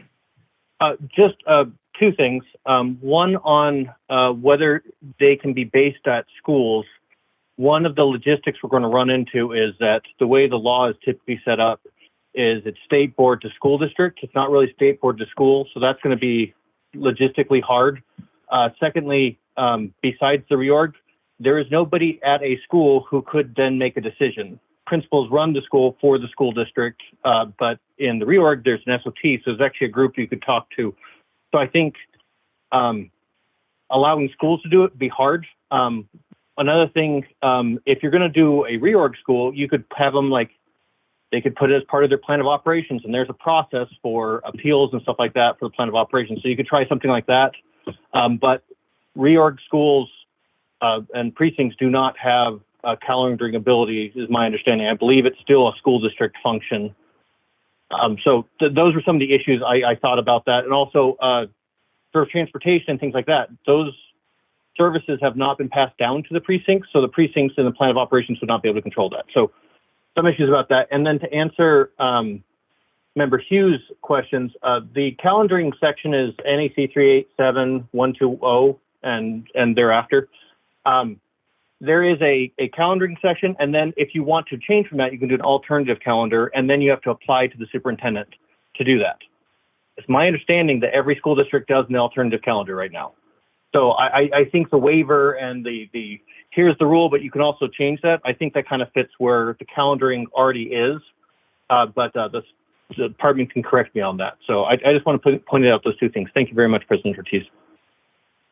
Can I Thank you, Dick Gardner. Go ahead, Member Hughes. Member Swedickard, Dad Gardner, could you clarify, is your interpretation, I'm not familiar with the specific language around the alternative calendar, is that essentially the same as a waiver? Like, is that kind of the same, like, are we duplicating what potentially is already there that NDE is already sort of looking at alternative options? This is Deputy Attorney General David Gardner. My understanding is that school calendars have certain requirements. And if a school district does not want to or cannot hit those requirements, they then would request the superintendent of public instruction to approve an alternative calendar. So in my opinion, yes, that sounds very similar. You have your options. And if you can't do that for some reason, you can ask for a waiver, which would be, in this case, somewhat similar to the alternative schedule and the alternative calendar. So in theory, if you said time, start and end time is a requirement of the calendar, NDE could actually say, no, we did not approve that because it is a start time that is too early. And they could also say, we did not approve your alternative proposal. So it sounds like maybe there already is a mechanism, but there's not clarity on the parameters that NDE is operating. Is that the right interpretation, that they could technically do this already? This is Deputy Attorney General David Gardner. They do have authority, but typically if you're going to try and enforce something, you either need a statute or a reg you can rest your argument on. Currently, there is no statute or reg that I know of that says specifically anything about having school start after 8 a.m. So if this body decides to go forward with this, then the department could say, hey, I have this reg that now says we have the authority to start caring about whether a school starts before or after 8 a.m. But currently, they do not have anything that says specifically that language. Thank you. Thank you, Dick Gardner. Okay, any other questions or comments? Yes, Member Hughes and then Member Duckweiler. Sorry, one more just technical thing I forgot. On the implementation timeline, I do think that, like the percentage conversation, I do think that is going to be tricky because it is going to be a moving target. So the denominator is going to be different. And so 25% of what, and then you take some schools out because they got a waiver, and you change. So that just is going to be a tricky thing to track. So again, I would propose like some simpler way to think about that, or clarity about like how we measure it. So if I could propose some clarity around that. So 25% of schools would mean they either have a later start time, they have provided options, or they've received a waiver. So if they have one of those three things, then they're considered part of the 25%. And I heard you, Member Carlton. What if we meet in the middle and start at 35% and then go 25, 25, 15? Madam President, if I may, so in listening to Mr. Gardner, I guess I'm backing up. I always have to take a couple steps back to take a bigger look and then move forward again. So technically, if I'm hearing you, we have the authority to do nothing before 8 a.m., but it sounds like all the other options that we've been talking about, the waivers, the certain things along that line, could actually be handled through NAC with already existing language that the superintendent works under. Am I correct, or is it not that expansive? This is Deputy Attorney General David Gardner. I think you could fit it in. To be honest, I would prefer if it was added in this regulation, just to be really clear about it. One of the issues we run into is the less clear you are, the more likely the judge will interpret however they're going to interpret. The more clear you are, the better. So if we could, I would recommend putting in here, although there is some abilities already put in there for specifically the superintendent for alternative calendars and for calendaring to put in certain requirements. And thank you. That's exactly what I think I needed to hear. When a statute or regulation is silent, then there is no actual interpretation. When it speaks and has a list, then people have a better guideline to go by. Correct? Yes, this is Deputy Attorney General Gardner. Yes, that is entirely correct. Okay, thank you. That solves my question with the whole thing. So I'm good. Awesome. Thank you. Okay, then I will entertain a motion to forward this language on to LCB to get it finessed and finalized. The next step, once they provide us with final language, will be a regulation hearing where we will have yet another opportunity for public comment before we make a final vote and decision. This is Member Cantu. It is so moved. Second. All in favor, say aye. Madam President? Yes, Member Under Carlton. comment Yeah. on the motion. Absolutely. I still have great concerns about this. I really understand where you're trying to go, and I came in kind of late to the game on this one. I think sometimes you have to have the regulation out there to get people to pay attention. I was disappointed in some of the attendance at some of the workshops. Maybe if this is a regulation, it'll smack people in the face a little bit more. I'm not thoroughly convinced about the change, but I will support the regulation moving forward, just so that we can get people to pay attention and have a real conversation on how to solve this problem for our children. Thank you, Member Carlton. I'll add some comments to that as well. I think it was pretty clear in my earlier comments that I feel like some of the public comment meant that people weren't really reading the regulation, because we are not making a sweeping decision. We're not encouraging you to do it immediately or forcing you to do it immediately. We're providing opportunity for options and for waivers. So the intent of this is to ensure that our kids are first and foremost in all of our decisions. And as we've learned from the research and from the numerous public comments and folks that have actually come in person and commented as well, this makes a humongous difference in the lives of our children. It will ensure not only their safety, but their mental health. And it will provide options, not only for our students, but for some of our teachers who are not ready and willing to work at 7 a.m. in the morning. And so I think that I'm hopeful that this will, as Member Carlton mentioned, encourage some people to take a different approach to making these decisions. Okay. Could I ask one All question? in favor? Could I? Yes. Sorry, just to clarify on where we landed. So with it moving forward, where does the survey fall into it right now?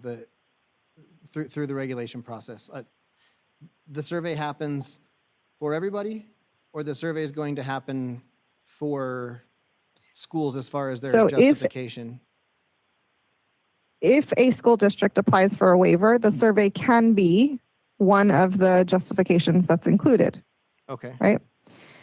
And I would highly recommend that it is, right? So if you say my school community has decided that this is the right thing for us, especially for those of our rural school districts that have 4-day school weeks and they've done all their homework and already decided on that and that works great for them, they have all the proof that they need to apply for the waiver. So that will be one of the reasons for justification, in my opinion, when you apply for a waiver. Now, if the school district decides not to do a survey, then they must come to the table with other justifications that make sense and that are student focused, right? So if you come to us with a bunch of adult excuses, that may be a justification for us not to approve in a waiver. Make sense? Yep. Awesome. Okay. Opening it up for a motion to, we've got a motion in a second. All in favor? Anyone opposed? Motion carries. Thank you. All right. I see that we have a very special person in the audience. And so I'm going to take a point of privilege and move item 10 up so that we can receive a presentation on the Early Educator of the Year Award from Kelly Carr and Anna Severance from the Office of Early Learning and Development. If you two could please come up and proceed when you're ready.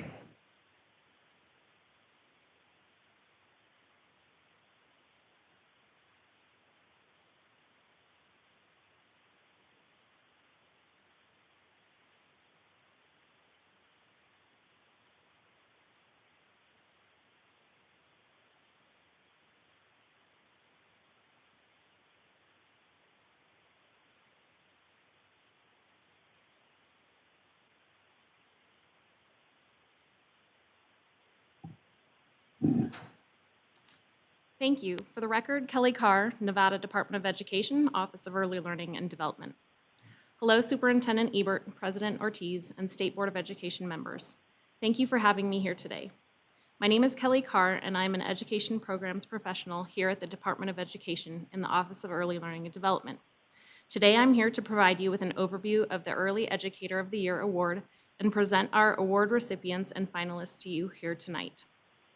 Early childhood teachers have one of the most important jobs in the world, providing quality education to our state's youngest learners and partnering with their families.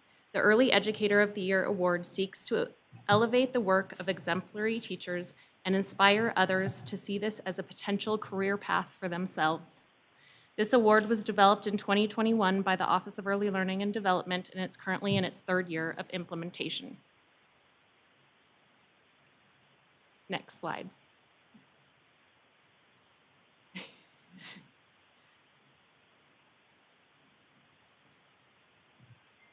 This award I'm Kelly. Yeah. Oh, never mind. It just popped up. Sorry. Please proceed. Perfect.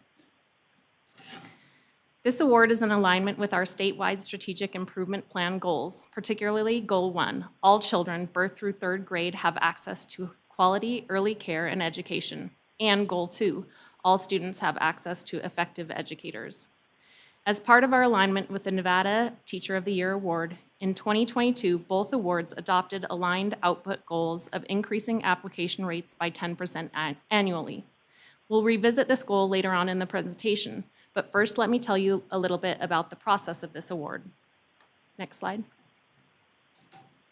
The Early Educator of the Year Award is driven by a team of committed individuals from across the state. We crafted the committees to include a wide variety of expertise and lenses. Our current committee includes myself, Anna Severance from the Office of Early Learning and Development, Mary Bookman. She is from our office as well and specializes in the quality rating and improvement system. Carl Esteban, our 2022 award winner. Alberto Quintero from the Family Engagement Specialist from the Office of Ed Life.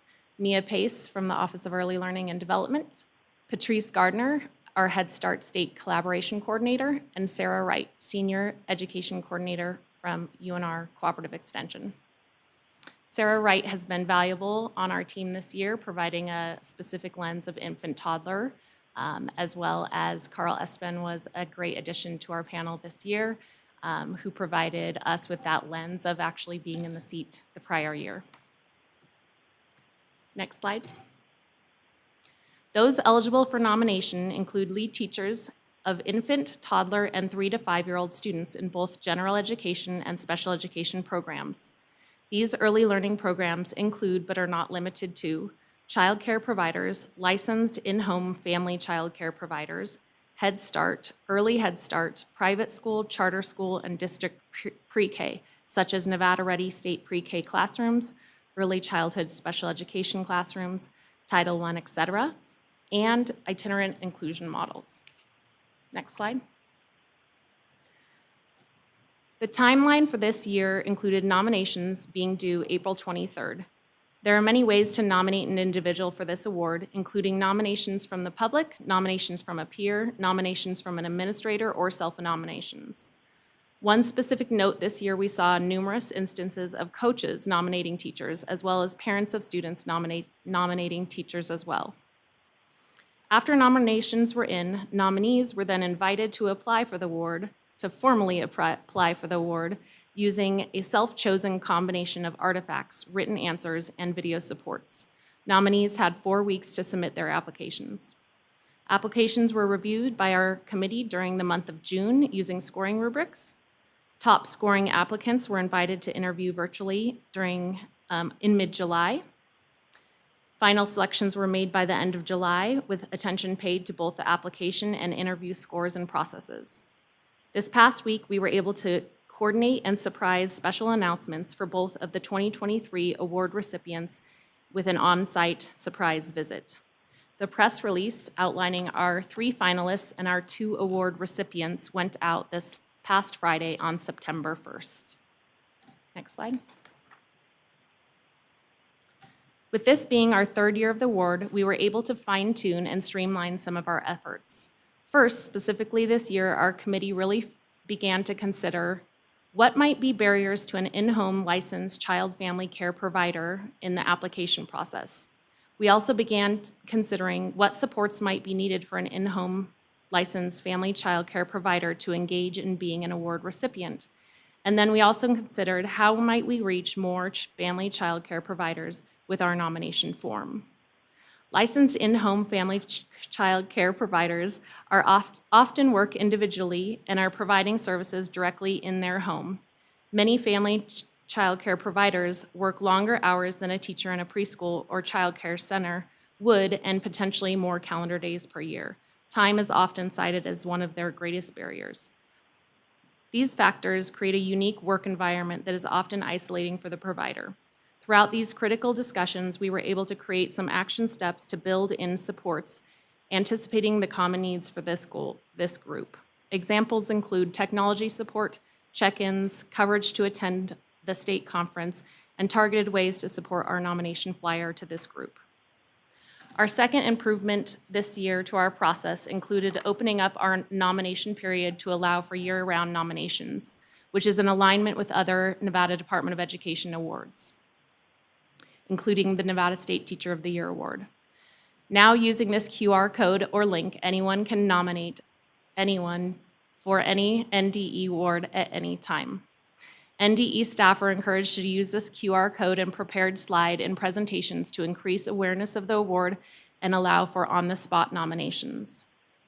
Our third improvement to this process this year was to move our application process to Smartsheet, which is in alignment with the Nevada Teacher of the Year application as well.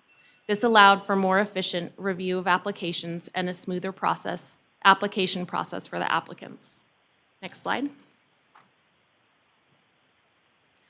Early in the presentation, you will recall that I stated our internal goal was to increase applications by 10% annually. This slide does not show the application rate, but it does show the nomination rate. In 2022, we had 73 nominations for this award, and in 2023, we had 132 nominations, which is an 81% increase. Next slide. In 2022, we had 17 nominees apply for the award, and this year we had 32 nominees apply. As you can see, we met and far surpassed our goal of 10% with an 88% increase in application rate this year. Next slide.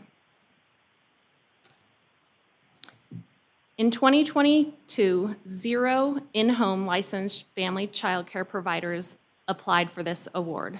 After more targeted efforts by our committee, we had 4 nominees who applied as in-home licensed family child care providers. We saw most of our applicants were from the pre-K setting and only a few infant toddler nominations. This is an area of improvement we have identified for the upcoming cycle of this award. Next slide. Applicants for the award were from 6 different districts across Nevada, including Clark, Washoe, Carson, Humboldt, Churchill, and Elko. Our committee is already having discussion about how we can increase that for more district representation.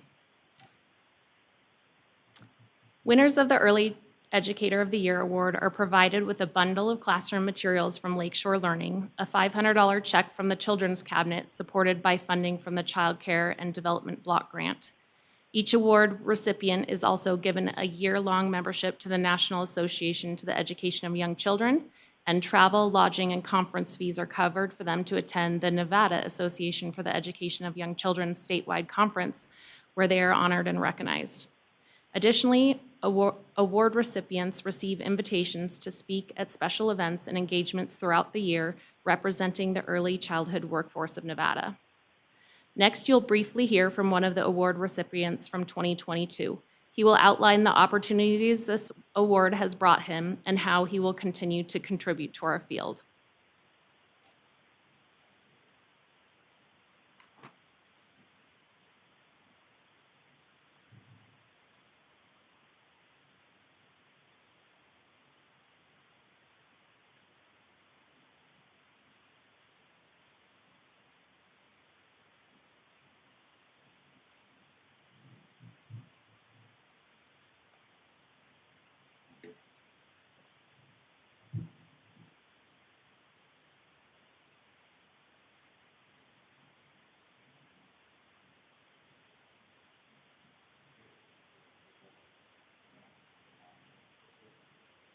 Martha, do we have that video on cue down from south? Our audio is not working in the north.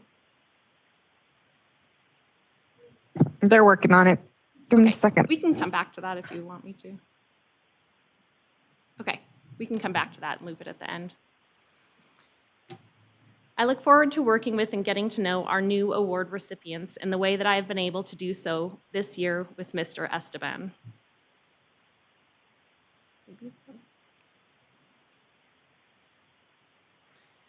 Next, I'll present the 2023 award recipients' names and bios to you. Rebecca Howell is a Washoe County School District pre-K teacher at Bernice Matthews Elementary School in Sparks, Nevada, Washoe County School District. This year, her state-funded Nevada-ready pre-K classroom earned a 5-star rating from the Silver Stars Quality Rating Improvement System. She's an exemplary teacher, and her focus on and commitment to developmentally appropriate practice, social-emotional learning supports for students, and leadership within her professional role are commendable. What Rebecca said, I love being an early childhood educator because I get to teach hearts and minds of students and help make a better tomorrow. I love getting to see the students grow through play and nurturing a love of school and learning. Rebecca, can you stand up? Rebecca is here with me today in the north. Rebecca, thank you for being here today, and thank you for your commitment to our field and to the students and families you serve. We look forward to working with you over the next year as one of our award incumbents.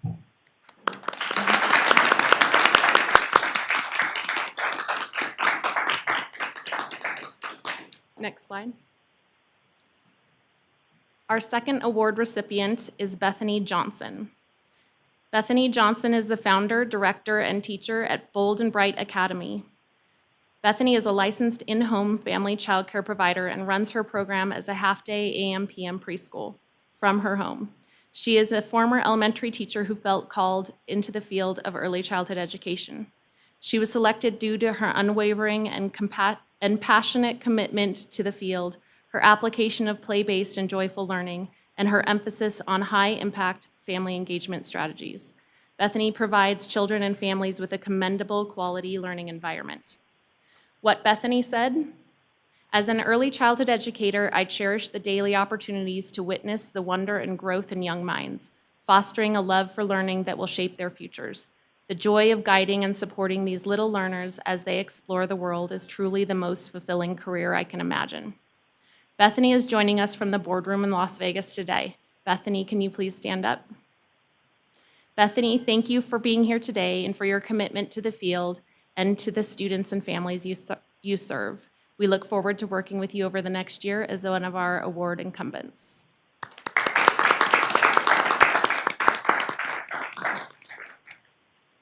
Next slide.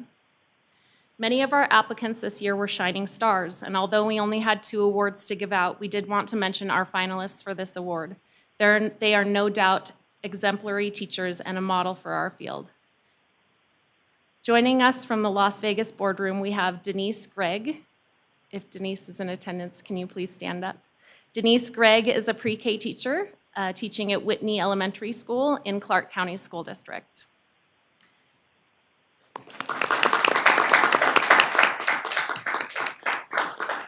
Joining us from the Carson City boardroom, we have Amanda Fortuna. Please stand up. She is a pre-K teacher at Bernice. She is a pre-K teacher at Bernice Matthews Elementary in Washoe County School District. And not in attendance today, probably because she's still in the classroom this evening. We also have Sally Morgan, a toddler teacher from Western Nevada College here in Carson City.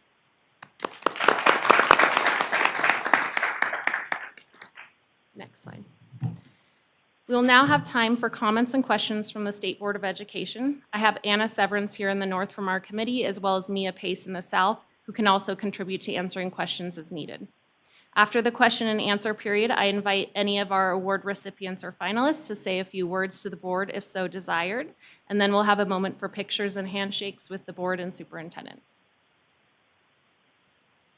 I'm going to see if we can cue the video real quick before we take questions or comments from the board. Thank you.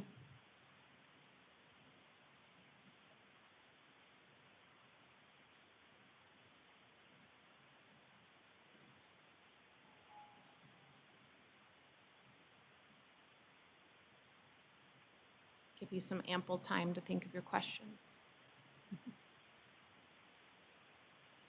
I just want to, I want to thank you. The QR code is awesome. I'm pretty new to those. You know, I don't have cell phone service where I live. But I love how you put it on there so that you can just fill them right out. Yes. I've already started an application. It's wonderful. Please Thank you. share. You could, Kelly Carr for the record, Office of Early Learning Development. Please feel free to share that out. I foresee them in schools, right there for parents. So help us meet our goal of continuing to nominate and lift the work of others. Thank you.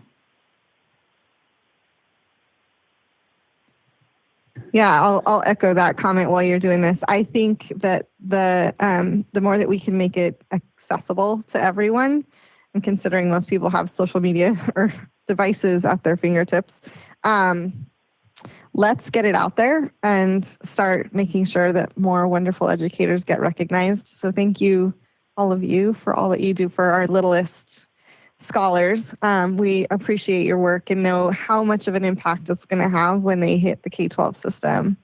I wish I could clone you all 100 times over, and that we could offer someday. This will be the thing that I will, the hill that I will probably die on. Yes, someday Nevada will have universal pre-K, And we will have a multitude of amazing educators like you working with our littlest kiddos. Yeah. So thank you. Any other? Okay, so the video is not going to work. We're going to go ahead and skip that. Any other questions or comments from the board before we break for photos? This is Member Walker, and I just want to say congratulations to our finalists and our awardees. You know, if you work at an elementary school, you know how hard early childhood really is. And I love those kids and the imaginations, and they warm my heart if I'm having a rough day. But you truly work magic. So thank you. You deserve this honor. Thank you. Yeah, Superintendent Ebert, for the record as well, when the team gets ready each year, and I'm glad you already started, Superintendent Else, for the next year's award, it's just exciting to see the energy that is created, and to be here today to honor you is all of our just appreciation to the work that you do each and every day. It starts with you. Kelly did a phenomenal job with the presentation and saying, you know, where our children begin their learning in a formal, informal play. All the things that you do and bring is just phenomenal. And the fact that the two of you work together is great as well. I love it. You two are partners in crime. You also have a special guest here as well. Is that true? A couple special guests. Would you like to introduce them?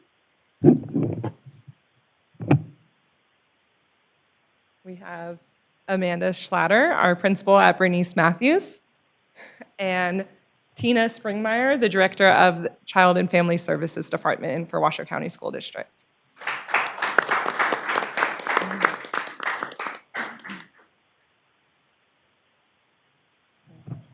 Okay, then we're going to take a quick break and set up for pictures. I'm going to turn it over to our CPO, I think is your PIO. I forget your title so that you can direct us.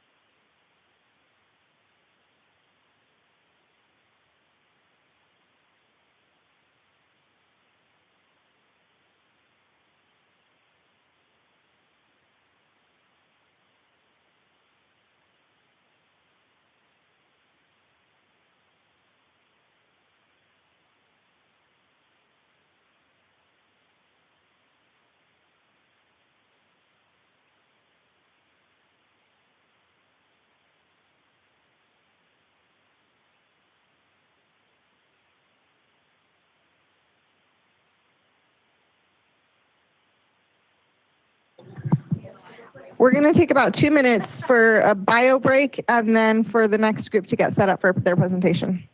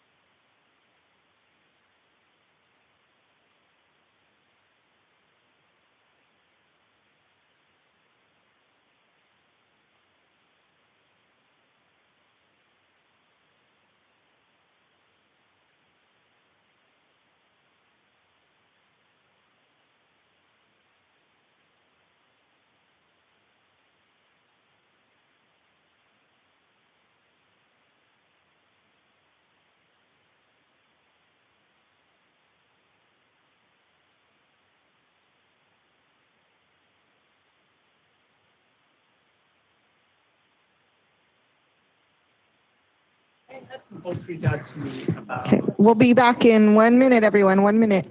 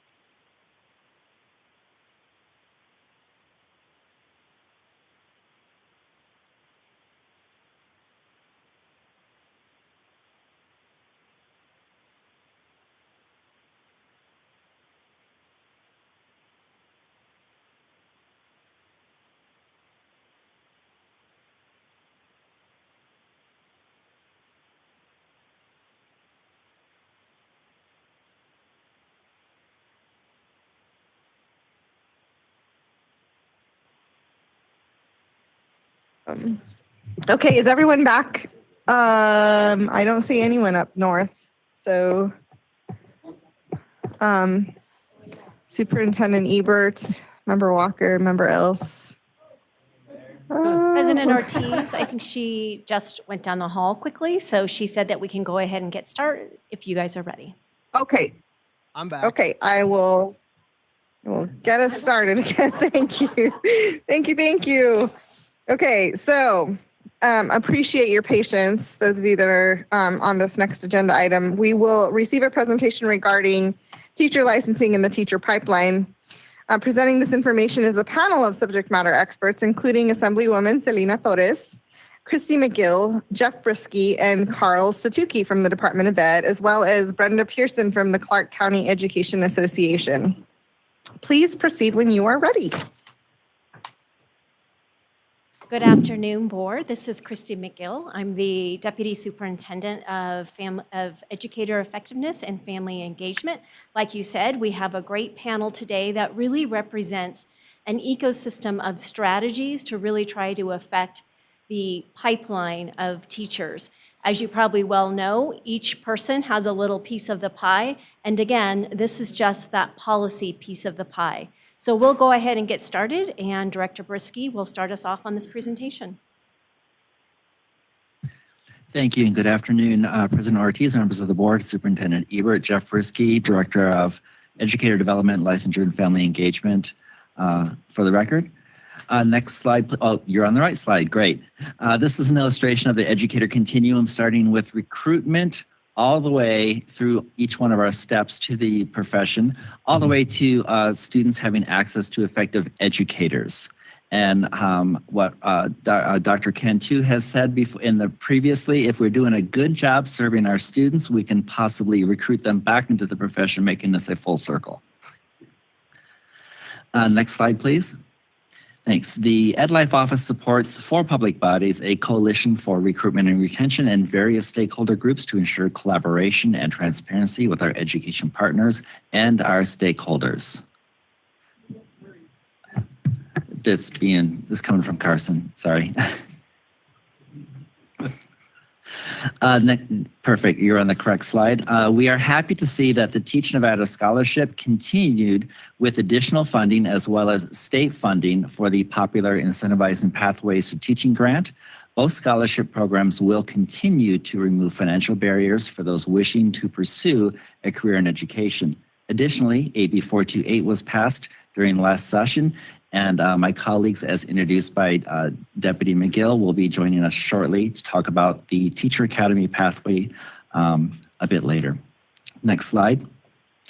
Our retention reports, EdLife supports. EdLife does have a dedicated staff for retention supports, including Educator Recognition Awards, Elevating Educator Voice with Superintendent Ebert's STAC and PAC advisory cabinets, and financial supports for stakeholder engagement, attending national conferences, stakeholder engagement, and a new scholarship program called the Nevada Teacher Advancement Scholarship, supporting in-service educators to pursue a master's degree in education or a related field. And I will be back in front of this board in November to present that scholarship opportunity along with IPT and Teach Nevada and seek your approval for awards to our prep institutions. And now I'm going to pass it back to Deputy Superintendent McGill. Our Office of Safe and Respectful Learning also does more internal facing policies that have a positive effect on educator retention. One is really looking at the school climate. We have survey options for our districts and schools, both the student and the teacher. It's really interesting to look at both sides and then incorporate some of that climate work into the school improvement plans, making sure that both students and teachers are comfortable and feel appreciated and enjoy working at their schools. Also, the school safety work is really important, and the Office of Safe and Respectful Learning makes sure that each district and schools have school safety plans in place, and then also looking at what happens when we have incidents between students and teachers, and making sure that our districts are supported and making sure that those policies and laws are implemented. We also look at the policy that this state board passed several years ago at looking at the ratios of teacher team members. It's really important, I'm preaching to the choir, I know, but it's really important that teachers have a team members in schools so that when they start to encounter difficult situations or students with difficult needs, they have teams available at that school that they can work together with. And then also really looking at how do we diversify that pipeline and making sure that teachers have team members is looking at Nevada Medicaid to bring down those funds. And if they're already doing Tier 3 supports, utilizing Nevada Medicaid funds instead of educational funds to diversify that funding and so that districts can indeed increase their ratios. Last but not least, the other policy support that really helps with teacher retention is multi-tiered systems of support. What we learn through research and evidence-based practices that is indeed teachers care and love deeply their students. And what this means is that when a student starts to struggle and a teacher lets the team know that there is supports and screenings, not just discipline, that wrap themselves around those students.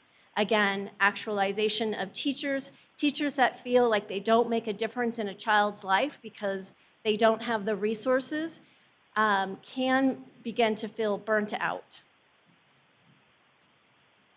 All right, passing it back to Jeff. Thank you, Jeff Brisky, ND. For the record, EdLife also has a dedicated staff to support professional development and ed prep program approval, removing licensure barriers and supporting scholarship programs. And our entire program staff is heavily involved with our public information office to redesign our licensure webpage. Next slide. I'm always excited to talk about our dedicated licensure team. As a completely fee-funded unit, we support nearly 60,000 licensed professionals, process over 14,000 initial and renewal applications, and process over 2,600 additional endorsements annually. In addition to processing applications, our team has answered over 21,000 emails, 3,200 voicemails, processed more than 11,000 transcripts, and assisted over 3,700 walk-in customers in our Las Vegas and Carson City offices just since January 1 of this year. Next slide. This slide provides a visual of our applications processed over the last 4 years. Again, the total average is over 16,000 applications each year. There was a dip for initial and renewal applications for 2020 when all licenses were extended during the pandemic, and there was a sharp uptick in initial applications and renewals the following year near the end of the pandemic. In 2014, our average processing time for a license was 16 weeks. That time was cut in half when OPAL was implemented in 2018. And reviewing the data during our busy summer months, June through August, and comparing 22 to 23, our average processing time, if all documents have been submitted, has dropped dramatically from an average of 36 calendar days to 12 calendar days. Department of Public Safety processing, generating, and delivering the background reports back to us has dropped from an average of 36 days to 20 days. And finally, our customer service turnaround time responding to emails and voicemails has also improved from an average of 8 calendar days in 2022 to 2 calendar days in 2023. Next slide, please. This shows a very brief summary of licensure process. Applicants can view their progress in 3 main queues. They receive text or email notifications as their application moves through these queues. The first queue is our intake queue, where our customer service representatives review completeness of applications and ensure that all necessary documents are uploaded and match the name of the applicant. The second queue is our analyst queue, where our licensure analysts evaluate and determine if applicants meet qualifications and eligibility. The third queue is our background queue, where we receive reports from DPS and FBI and clear those applications or further investigate if necessary. The background process does run concurrently with the evaluation process and starts as soon as the applicant submits their fingerprints. The license may be issued by either our investigators or our analysts, depending on which unit is the last to clear their portion of the application. As stated on the previous slide, our office is completely fee funded. We have not raised fees since April of 2018 and have some of the lowest fees compared to other professionals in Nevada. A 6-year renewable license is only $25 a year, and this includes the fee we pay to DPS and FBI for their processing cost. Finally, as a courtesy, licensees start receiving renewal reminders 270 days in advance of their expiration date. If that is not enough time, they can request a 6-month extension, giving them a total of 450 days to renew their license. All licenses are available for viewing on our Public Educator License Lookup site. Next slide, please. We, like many jurisdictions, have 3 main pathways to licensure: the traditional pathway, alternative route to licensure pathway, and business and industry pathway. Within these pathways and with our grant supports, Nevada has some innovative programs, such as an accelerated professional pathway that can be completed in 1 fiscal year, an accelerated ARL graduate program where candidates can earn their master's degree in 2 years, and the Commission on Professional Standards in Education recently renewed 10 ARL Ed Prep programs with 22 unique endorsement areas. Additionally, University of Nevada, Reno was approved to add elementary ARL program. UNLV was approved to add secondary art, career and technical education, health, PE, and world language. And our partners, Southern Utah University, was approved to add an administrative ARL license. Business and industry licensees can add introductory and advanced computer science, cultural competency, social, emotional, academic development, and English language acquisition development as well. Previously, they could not add those, but that regulation was recently passed. Standard licensees have opportunities for mobility as well within education, such as adding a middle or secondary endorsement exam and moving from general education to special education via the interim route to certification. There have been over 700 educators that have added a special education endorsement to their general education license using the IRC pathway. Next slide, please. As you may know, Nevada does offer full reciprocity for our out-of-state applicants. During session, Senate Bill 442 was passed, placing the Interstate Teacher Mobility Compact into NRS. It's exciting because Nevada was one of the first 10 states to do this, and thus giving us a founding voice regarding regulations of this compact. Some context for the visiting international teacher's license. Mineral County has added 4 new educators on a J1 visa, and Clark County has added 143 new educators on a J1 visa. A total of 162 have applied for the visiting international teacher's license. And with that ends my portion. I will turn it over to my colleague, Craig Statuki. Can we pause there for some questions for you? Thank you, Director Brisky. I know you went through that super quick. Take a break and have some water. And I'll open it up to the board for questions. Member Cantu? So, Member Cantu, earlier this morning, Craig, Director Statuki and I had the opportunity to talk a little bit about, background checks, right? So you were talking about how every person that has a license has gone through a background check. And I had basically approached the director with a question about kind of this cumbersome process that we've encountered, through my other hat, my other job at Jobs for Nevada Graduates. And that is that we hired an individual with a sub-license, background checked from a charter school, August 1st. He could not be fingerprinted by the district until September 5th. And then it would be 6 to 8 weeks after that before this person can start. So the person is hired before school starts, but cannot be in front of students until November. And so to me, it seems that there should, if there's any way to kind of I don't know if it's a uniform background checking across districts, because it certainly seems very cumbersome for an educator from, one system or district to move to another with any sort of ease. It's very, very difficult. So I thought I would. Can I ask a clarifying question for Director Brisky? So if they have a sublicense, they've already gone through the background check at the Department of Ed, correct? I forget what you called it, the Department of Public Safety, I guess? So then why would the district be doing an additional background check? Jeff Risky, ND, for the record, that's certainly their prerogative as employers to background check all of their employees. This particular individual was not their employee, it was a service provider's employee, correct? No, this is a licensed educator, a sub hired from a charter school, to work for us, to be placed. Yeah, but they're not working for CCSD, so No. why did they have to have a CCSD? I guess they're considered contractors.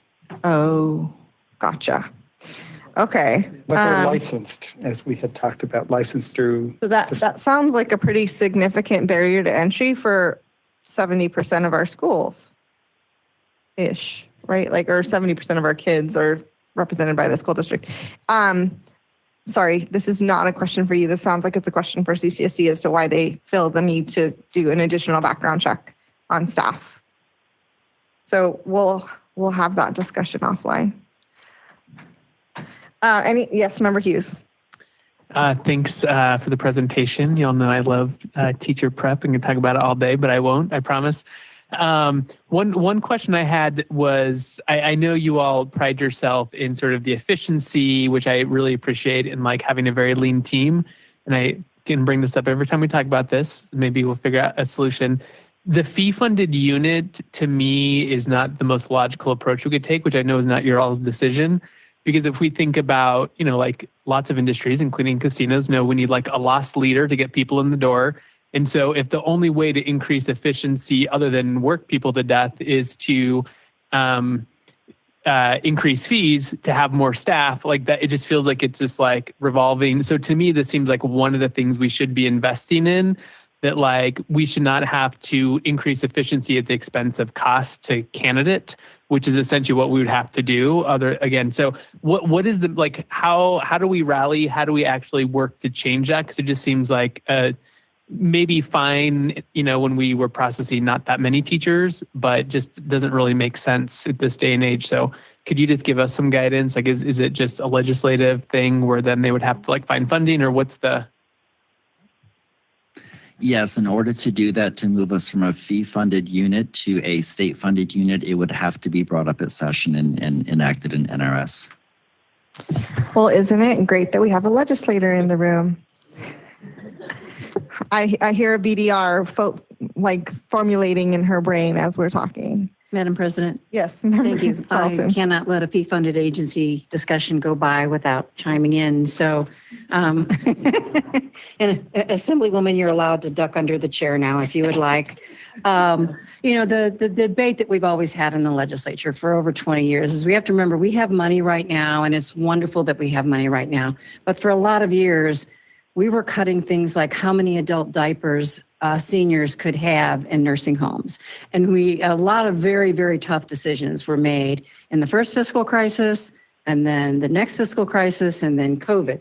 So fee-funded agencies have a security blanket wrapped around them also, because they know that their state budget isn't going to get cut, because they know that the fee that they charge per person, per capita, will cover the cost of them doing the job that they're supposed to do every day. Whereas we've had fee-funded agencies come to the legislature and ask to be state-funded and ended up losing money in the long run and losing personnel in the long run. So it's one of those things in the legislature, be careful what you wish for, so that, if you need to get the job done. When we had a couple of governors for a while that refused to let us increase fees, that's why these fees are so low. They're probably really not covering the actual cost that needs to be done, but any fee bill that came through the legislature would basically be told, we're going to veto it.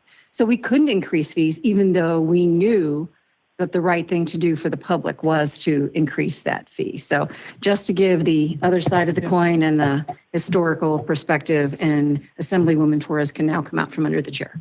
Yeah, and I guess and that makes tons of sense, and was sort of what I imagine the other side of the coin is.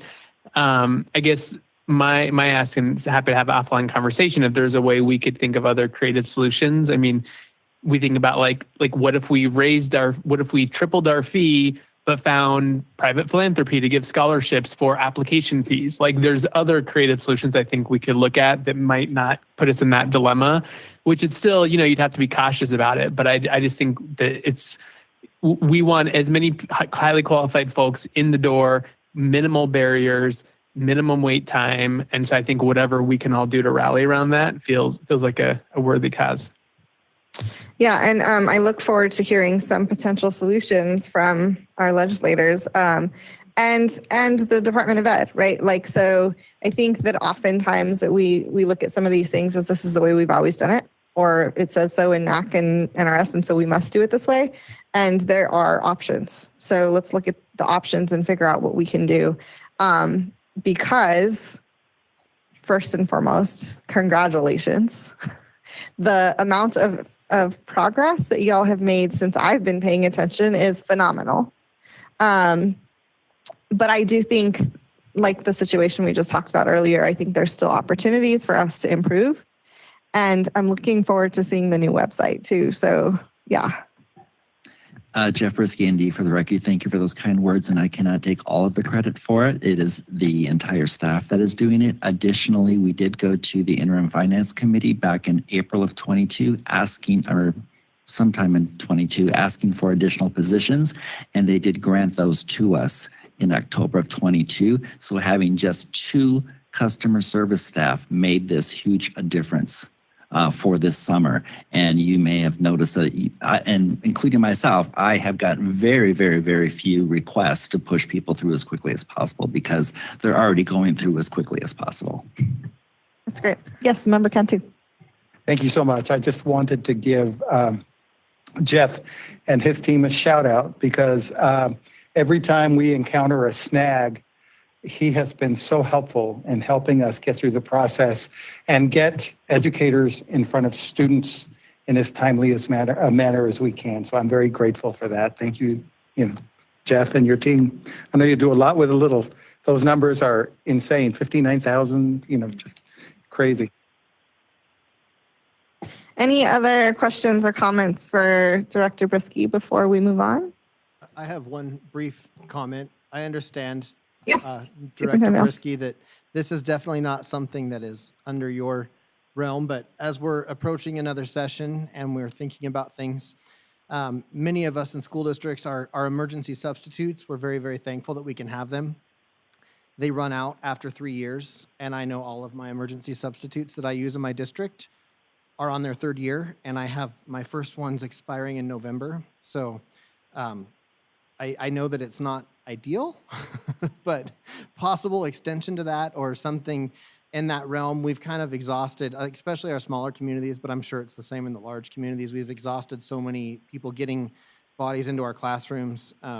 And just another side note, the 60 credits to obtain a substitute license is a challenge. I don't know if possibly looking at that to tier it back down or if you have had an emergency sub license, if there could be like a tiered system to where a few credits, but a lot of the people that were literally begging to come into our buildings aren't going to go back to the coursework for 60 credits in order to get the substitute license. So I just wanted to throw it out there.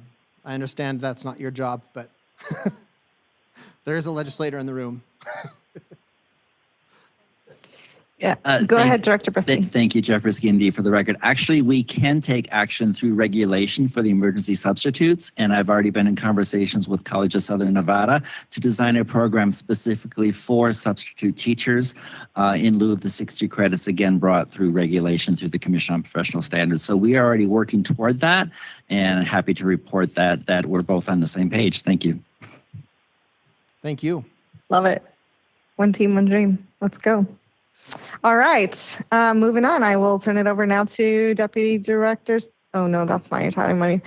I'll state my Craig title for the Statuki. record. Good afternoon, President Ortiz, members of the board, and Superintendent Ebert. For the record, I am Craig Statuki. I'm the Director of the Office of Career Readiness, Adult Learning, Education Options for the Nevada Department of Education. I'm just going to provide you a little bit of historical background on the teaching and training, career and technical educations, or otherwise we know CTE, Teaching and Training Program of Study. That program started as a 3-year CTE course sequence for the 2017-2018 school year with 1,000 students enrolled in Clark County and Washoe County. Prior to the development of this CTE pathway, some schools and districts were utilizing the early childhood CTE path program of study as a pathway for secondary students who are interested in becoming teachers. While 2017 seems like a long time ago, it definitely does since, well, there's a pandemic and everything else in between now and then. I'd like to put the full pathway in perspective for all of you. In the majority of cases across all CTE programs of study, especially when they are a 3-year sequence, a student starts the CTE program in their 9th grade year. Assuming that a 9th grader started the pathway in 2017, 2018, this fall he or she would be entering their junior year of college. Optimistically, we will not know if that 9th grader becomes a teacher in one of our schools until the 2025-2026 school year. So when we're talking about secondary CTE programs, we're playing the long game, and the very long game, as you can tell from this chart. Next slide, please. Until the 22-23 school year, the significant contribution to enrollment in teaching and training came from Clark County School District, Washoe County School District, and the State Public Charter School Authority schools having programs. Numerous articles have cited where 60% of U.S. teachers work within 20 miles of where they grew up. Knowing this and our rural districts struggle with the teacher pipeline concerns and starting new programs from scratch, the department is utilizing a little over $1.3 million to start the CTE teaching and training programs in their communities. Districts may utilize those funds for staffing, professional development, instructional materials and technology, and to assist with dual credit expenses for students. This has resulted in 13 new programs in 6 rural school districts. And those are listed on the slide for you. Next slide, please. Over 16,700 students have enrolled in at least one CTE teaching and training course since its inception, and almost 1,800 students are considered completers, which is they've completed 3 years in the program of study. So provide that chart for you. We'd now like to turn over the next section of the presentation to Dr. Pearson and Assemblywoman Torres, but if you want me to sit for questions, I will do that first. I just have one quick question. This is President Ortiz for the record. What do you attribute the large drop of enrolled versus completers? What do you attribute that to? Has there been any research? To correct Satuki for the record, as we our CTE programs go through a quality program review. Over the course of 5 years, we get to visit every school at least once in the 5 years. We have a small, just like Jeff, we have a small staff, but they do great work with the schools. As we are seeing and I will say that those retention rates are probably on par with the majority of the CTE programs, are probably about middle of the road in terms of retention percentages when you compare them to all CTE programs, and especially 3-year sequences. What we see a lot of particularly is students are placed in a course, whether it's teaching and training or any other CTE program in their 9th grade year, because they have a 5th period open and that's the class that's available. And so we see a lot of what we call participants, which is 1st-year programs. But when they become a sophomore, they have a little bit more flexibility in their schedule. They can probably pick, they get a better chance of the elective they want for the CTE program they want. And so they may choose not to follow that pathway and may switch to another pathway or take band or art or another elective. And so we attribute the majority across the board. The majority of that is, a lot of scheduling and students really maybe trying something out and realizing it may not be for them. So we realize that those numbers aren't fantastic. When I first saw them, I asked to have a recount. My data person assured me that they are accurate. But when we started looking at some old data that we reviewed prior to when we changed the programs of study from 3 years to 2 years, they were on par with the majority of the programs. So they're probably in the middle of the road. Probably half the programs we have a worse retention rate, and about half have a slightly better retention rate. Okay, so you read my mind about, is this taking into account our move to a 2-year instead of a 3-year? Perhaps we need to just start focusing on completers and not just enrollees, because at the end of the day, right, it's great that kids are getting exposure to all of these options, and we want them to try, right? This is part of education, is exploring your options and what you might be good at and what you're not good at. But holding ourselves to that high bar of like, this big drop off isn't accurate or fair either, right? So perhaps we just start focusing on the growth in completers and not so much the enrollees. Just thoughts. Yes, Member Keys.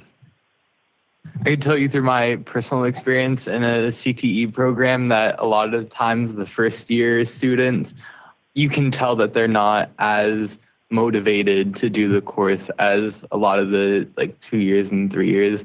So I can definitely see where you're coming from with the like students enrolled not being much of a teller, but the course completers being more. Even if we started based on who's doing second year, right? Craig Stuckey for the record, and I think you may be reading my emails and seeing my team meetings. So as we've had a conversation in the past, you and I, about the Perkins 5-state plan and revisions to that, that is an area that we are focusing on in terms of what is high quality CTE, and high quality CTE is not necessarily enrollment. It is students completing programs of study and being successful. So I encourage you to participate in our process as we go through that over the next few months. We'll do, okay, so Member Cantu and then Member Hughes. So my question has to do with kind of demographically, how is the access for low income and historically marginalized youth into CTE programs of quality? Is there a disproportionality in terms of their exclusion or, from it? What does that look like? I had a few years back with one of the superintendents, and he had mentioned about the difficulty in recruiting, Hispanic and other students into CTE programs in his county.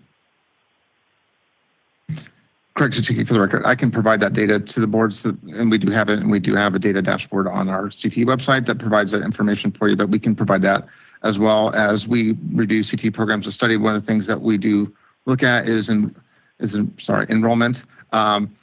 Relative to the student population base of that school, so that the schools may not be over enrolling or under enrolling a student demographic group compared to their student body. So those are things that we do look at when we do quality program reviews to make sure that we're providing access.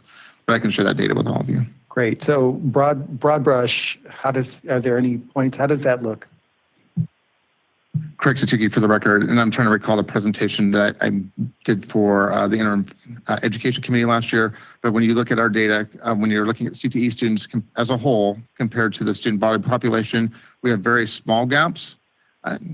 Keep in mind that like 1% is a gap, whether you want to admit it or not. Across the board, in terms of our racial ethnicity groups, our gaps are very small. Our largest gaps are actually within our special education population, students with special needs, and then also our students who are English language learners.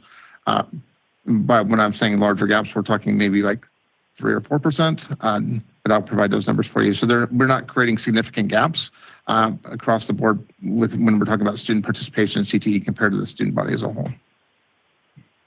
Member Hughes, go ahead. So Member Hughes, the record. Yeah, I had a question going back to slide 14. So this is certainly a long game, and so appreciate sort of the forethought into sort of where you're at in the stage of the education system.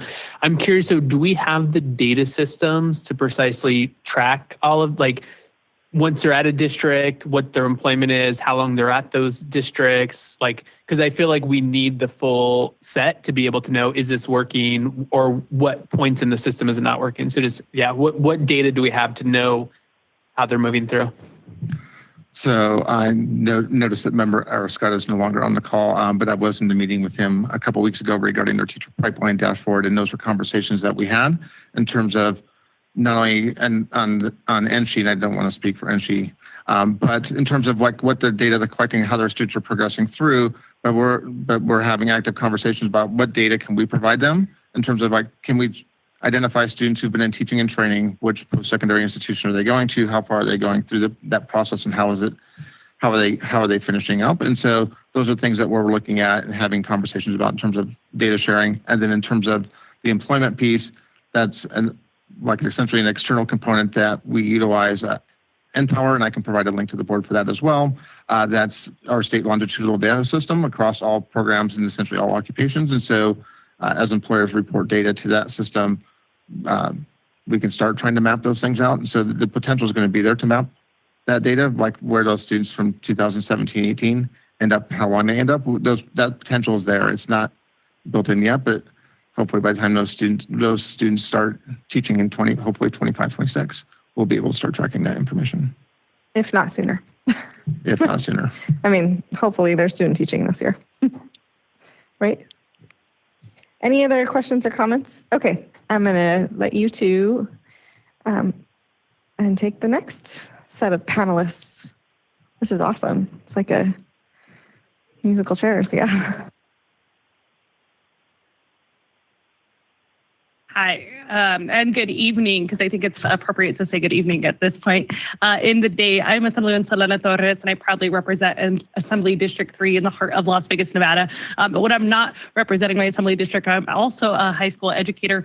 So I'm talking to an issue that is very near and dear to my heart, and that's about expanding the teacher pipeline and diversifying the teacher pipeline. It is no surprise to the individuals in this room that the state of Nevada has struggled to build a continuous pipeline of educators in this state. This undoubtedly has had a negative impact on class sizes and ensuring that we have licensed professionals in the classroom, and it'll continue to have an impact on Nevada students. Earlier, the superintendent spoke about recruitment, and AB 428 is building kind of on that notion of recruitment and really talking about how we build a continuous pipeline from pre-K through 12 through post-secondary and on to the workforce. Because without building that pipeline, we're not going to be able to have enough educators that are ready to be in our classrooms.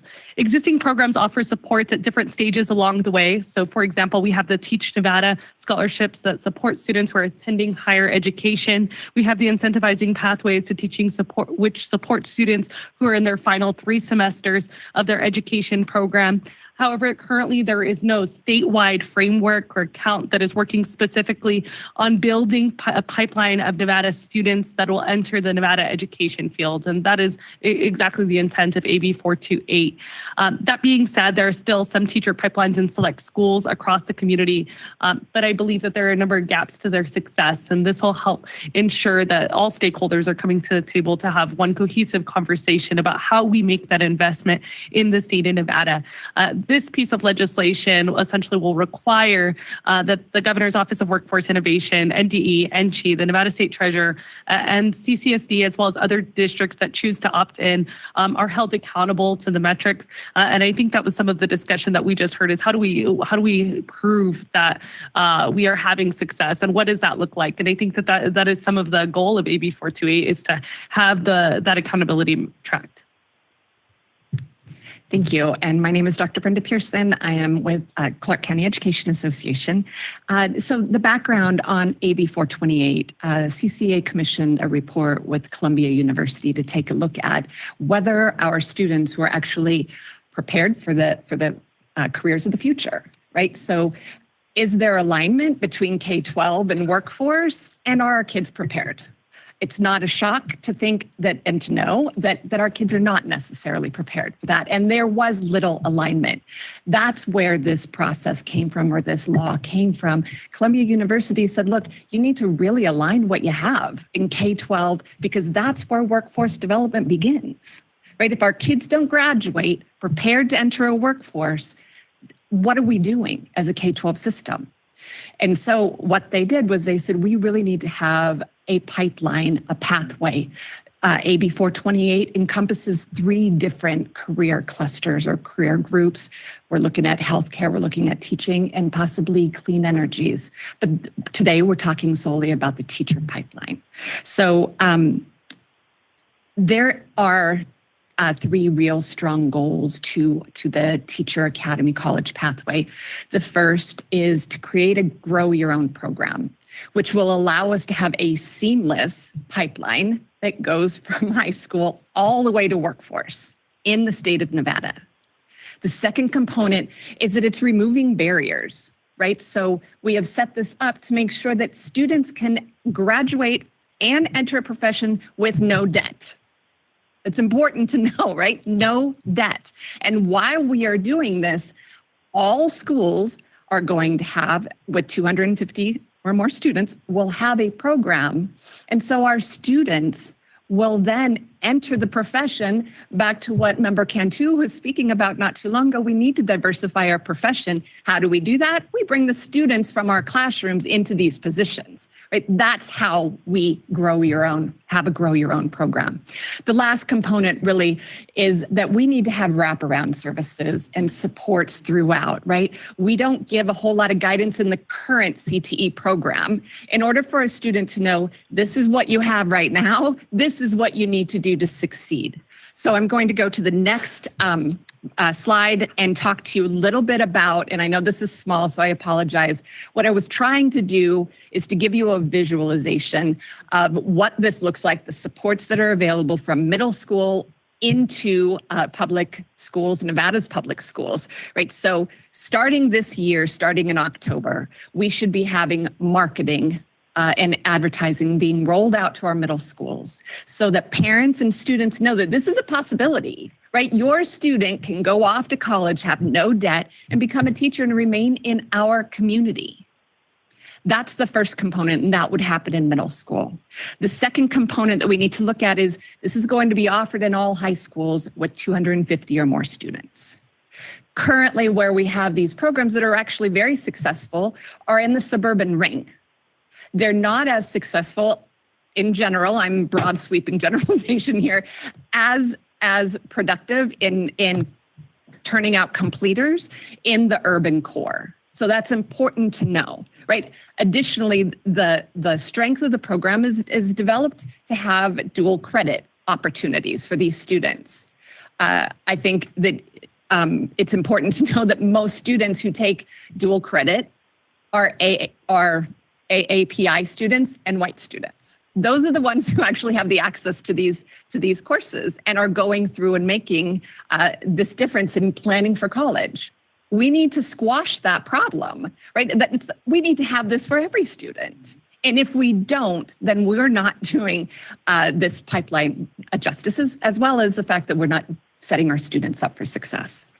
So within AB 428, we are requiring a full-time educator that's going to be dedicated to the teaching and training program. I learned a new word yesterday. It's called dangler. Apparently, when you are in a CTE program, I know that doesn't sound right. So, but if you teach all math and you teach one teaching and training class, you have to do all the preparation for teaching and training, and sometimes that doesn't become your priority. So it's a dangler class, right? They're not going to focus on it as much. We don't want that to be the case. These kids deserve to have that type of, the passion that's coming across from these teachers. So that's a component of it.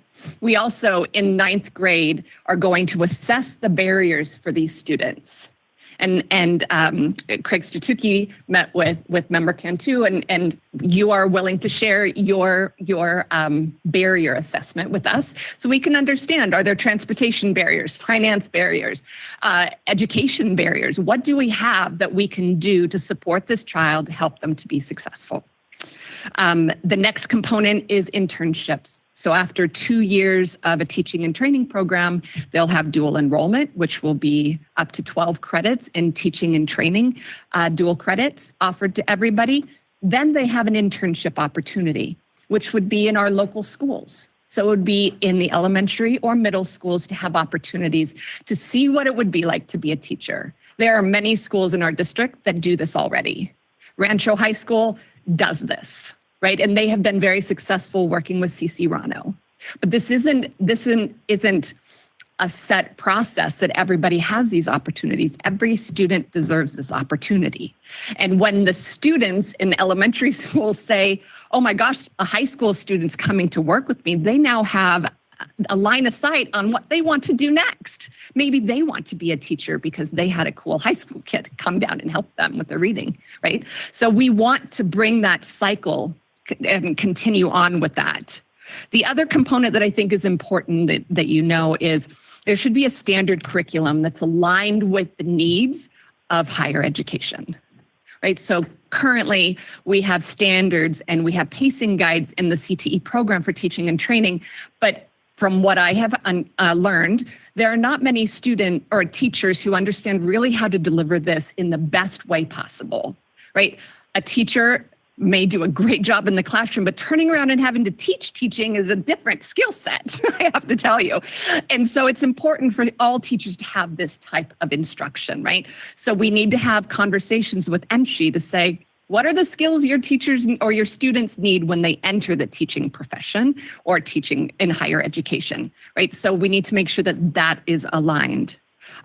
Last but not least, and not to be forgotten at all, is that once these students go through and complete their bachelor's degree, they're going to be able to tap into, it's called the Nevada Grown Educator account, which is with the treasurer's office. They will be able to get 1/3 of their tuition reimbursed every year that they teach in a Nevada district. So they teach for 3 years, they have no debt. Okay, that is an amazing opportunity for our students. And then expanding this to 2 other professions that we're going to be needing in the future. I think that I'm going to turn it over to Assemblywoman Torres now, because I can go on forever.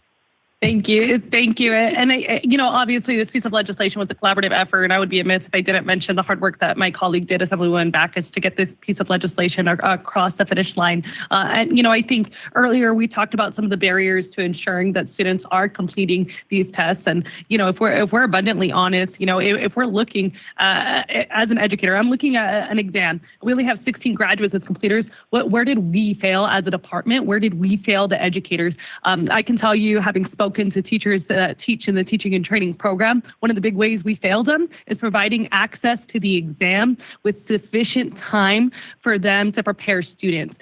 We use it's called backwards planning as an educator. And so whenever I'm planning my courses, I look at the assessment first, and that's how I decide, the courses we're teaching and what we're doing. And so the fact that, even today, we're discussing what exam we're going to have in 5 months, it's harmful for educators, that are putting together year-long plans months in advance, so that they can be prepared to provide their students with the content that they need. And so we need to be making sure that our educators have the tools and resources that they need to provide their students with a high-level instruction. And I know that is definitely something that this body and other stakeholders can work on, so that our students can have the tools they need and our teachers can have the tools they need to be successful with this program. Starting this year, I apologize. I lost track of my notes. Essentially, AB 428 is critical in part of the solution for making sure that we have enough educators in the classroom.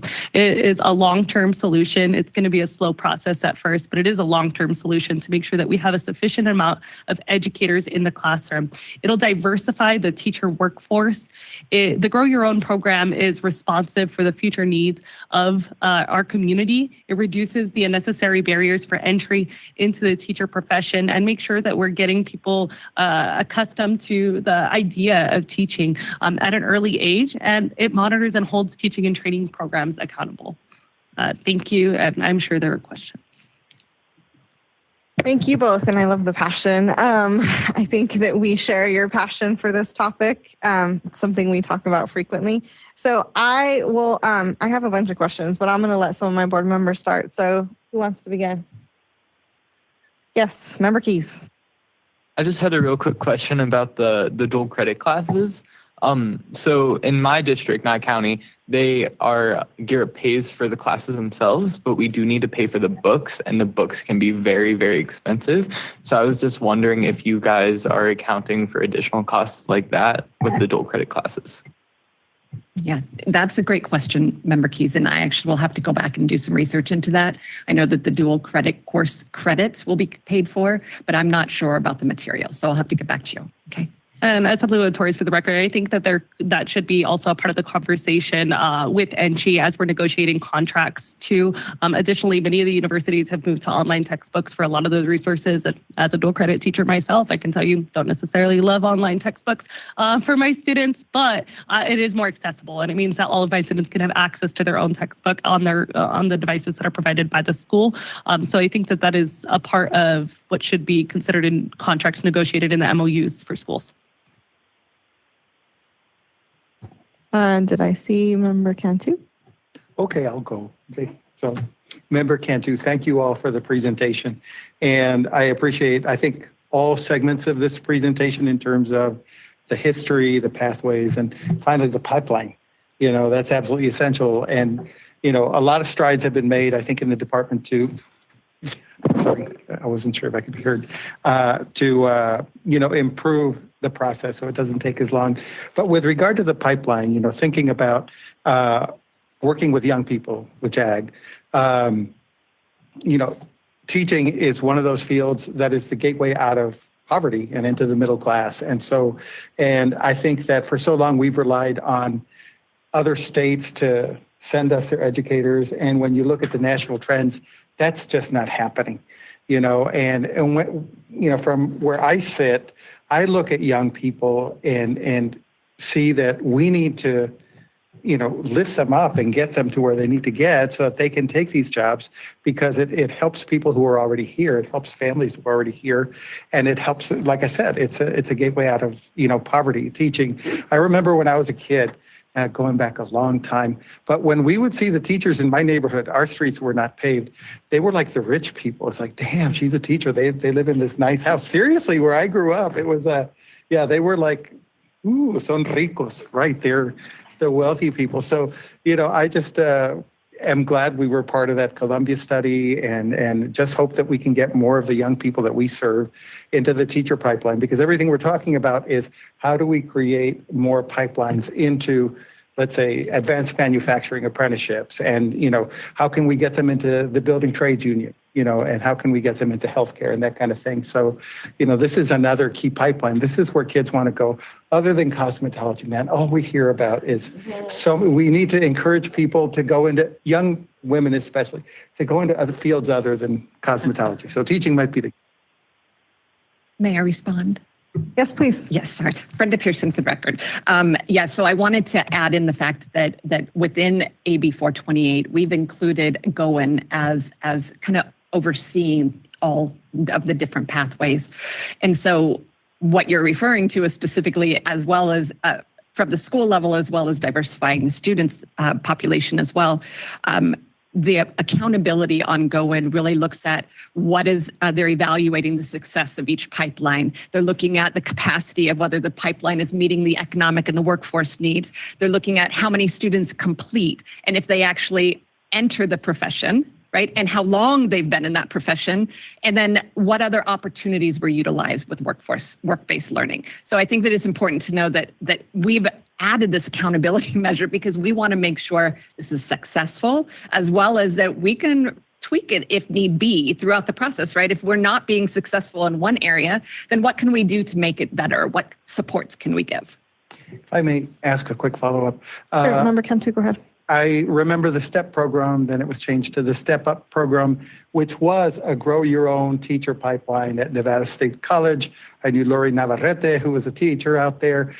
My question is, has a postmortem been done about what was good there and why it didn't continue to learn from as you move forward with this project? As someone in Torres, and I don't know that I necessarily have an answer to that specific question, but I could say that the Step Up program was a program that was phased out when I was in school. And literally the grade above me had access to Step Up and I didn't. And I wanted to join Step Up. Like that was like my plan was, junior year, I'll do that program. And I have friends that participate in that program that are still in the classroom, because once you've hit your third year teaching, we know that you're significantly more likely to stay in the classroom.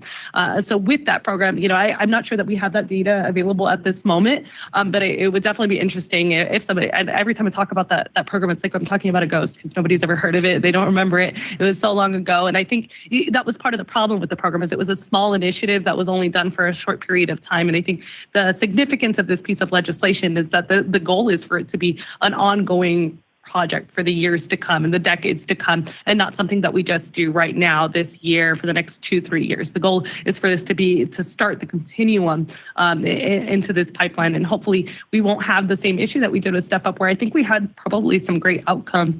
Every educator I know that participated in the program at my alma mater, Valley High School, continued to teach, but I don't know that we have that hard data available right now. So if I'm not mistaken, Nevada State College, while they don't have the Step Up program by that name, they've continued to have teacher academies in a lot of our schools. And so they have continued the program to build the pipeline. And I'm going to pause for a second because I have a bunch of questions. And so I'm going to let other people take some. I just had a quick. Member Member Ortiz, Hughes and then Member Duckbrother. Yes, you also have we have members some up up north here too. in the north that would Okay. like to be in All the right. queue. I'll put them in next. Thank you. So Member Hughes, this is not a question, just sort of a comment. So one, just appreciate all the work you and a bunch of other folks did on this, because we really do need all of the above strategy to figure this out. And this and other programs, it's going to sort of collectively take all of them. I did want to ask like to the department question at the very end, sort of related to the interconnectedness. But on this one thing that I've seen in a lot of other states, and I'm sure you all did this research and saw this, is that we do have other states who have tried this sort of cohesion program. And I think there's, been some success for sure, like starting in middle school and sort of continuous cycles. It's usually the slide you had with the arrows, right? It's usually the on the arrows that you lose a bunch of kids at each successive phase. And typically what I've seen is it's because while it may be part of one state or one system, it's still sort of like a different entity, a different staff, and there's still sort of this pass off where it's like, now we're a high school, now we're passing on to university, and we're kind of relying on the university to do their thing. So I think my push would be like, in whatever ways we can think about a cohesive student experience, so it doesn't feel like you're going from one institution to the next, and that you have a similar set of adults who are spearheading from day one to the end. Can make a big difference, because that is where most states where it falls off is like at those intermediary points, and you see a huge drop off between each stage. So then you don't yield the number you were hoping for. So just something that I think we probably need to consider. Thank you, Brenda Pearson, for the record. Yes, we have actually considered that. So we're having conversations or beginning conversations with NSHE so that we can have, whether it's UNLV or Nevada State University, whatever entity that may be. But we've also bridged, and my drawing would have been really difficult for you to understand if I started adding arrows across my arrows. But from high school into higher education, we've had the opportunity for students to be part-time paraprofessionals within schools, right? So that's something that somebody can do, a student can do as well. These internships are opportunities.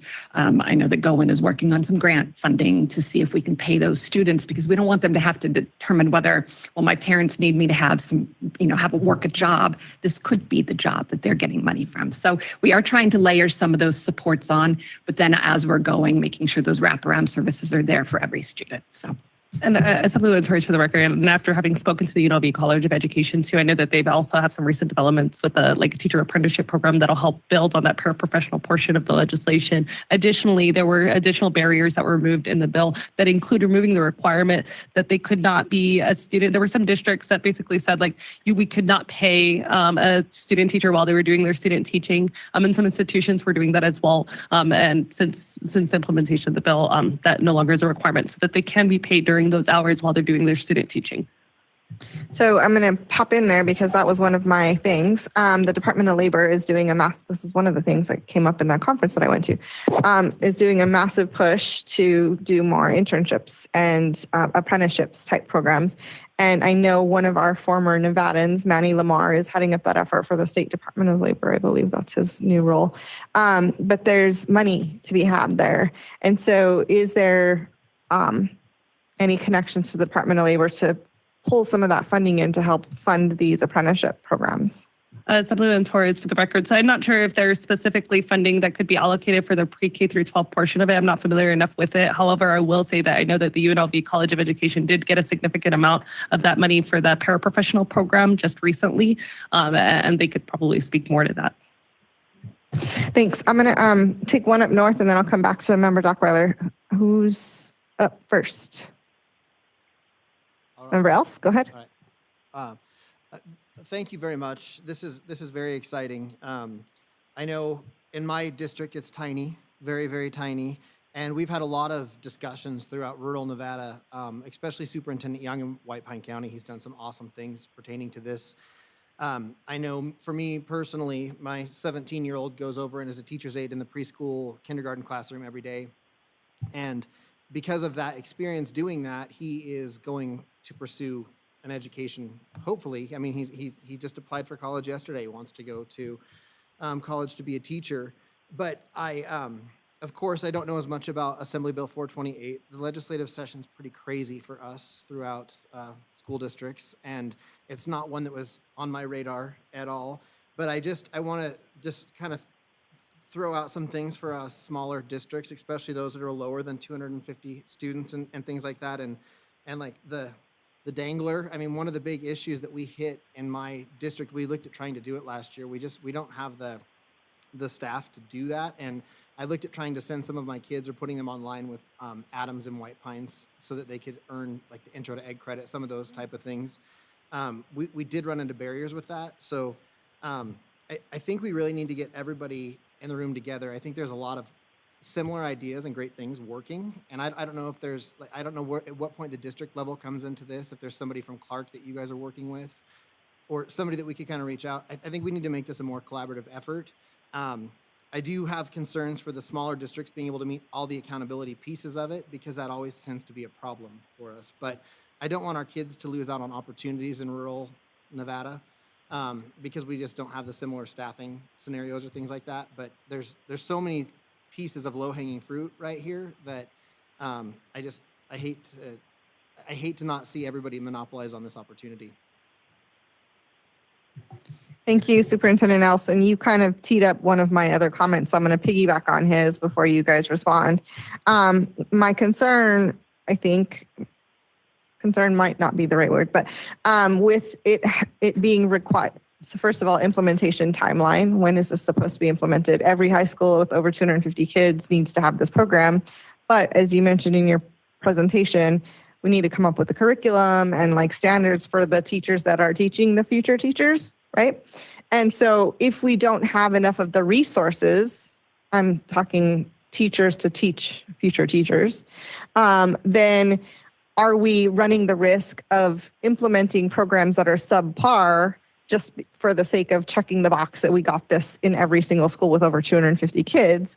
Or to Superintendent Elsa's point, could we potentially name and call out the programs that are working well already and create opportunities for those teachers that are doing a great job at some of our current CTE schools in the teacher academies to teach asynchronously to however many kids want to take their classes?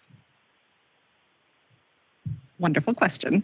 Brenda Pearson for the record. So I'll start by saying, first of all, the law states that it needs to be in every Clark County school district school over 250.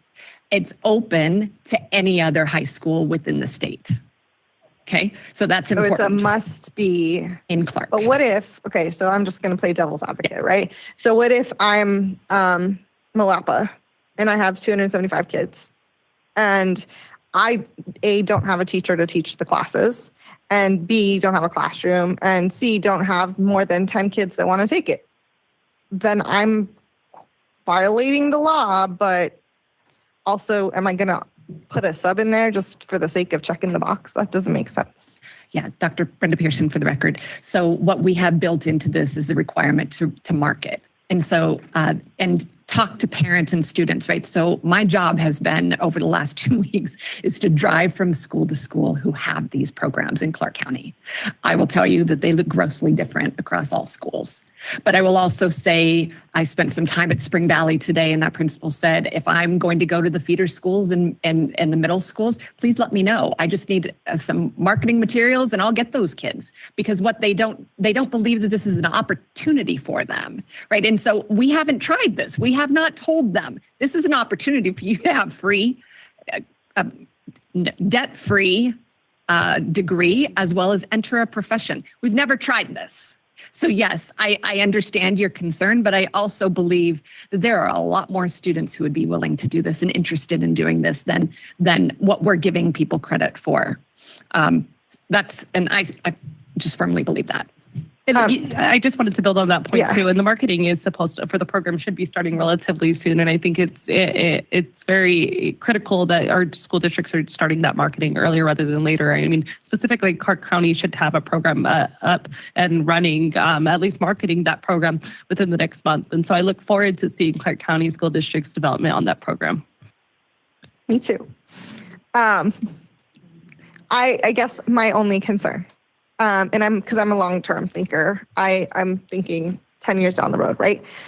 Is making sure that these programs are high quality so that we don't, in an effort to grow our own, end up with a bunch of subpar educators who, for all intents and purposes, we gave them the opportunity, we opened the door, we had the program, but because we didn't have the curriculum, we didn't have well-trained teachers, and we didn't have perhaps the follow-through on the baton pass, right? And all of those things, they end up not super well prepared, which becomes a bad cycle of another set of kiddos. It's not getting the high quality, effective teacher that they deserve. And so I want to point that out and make certain that we are putting accountability measures into place that is going to ensure that whoever's sitting in those classrooms, any one of our children, that they're getting the highest quality education that they can, and that it's also not another avenue where they get turned off to education because they get a really crappy experience.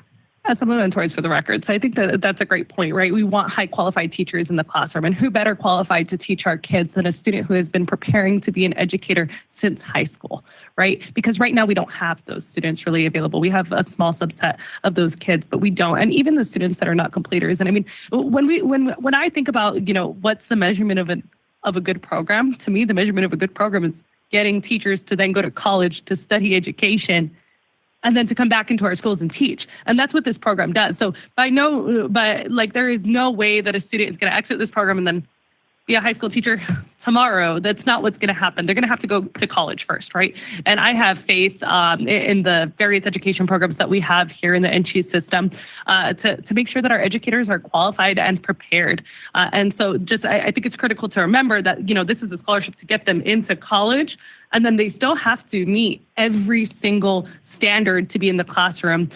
This is not like a speedy ARL program or anything of that sort, although there are other programs like that.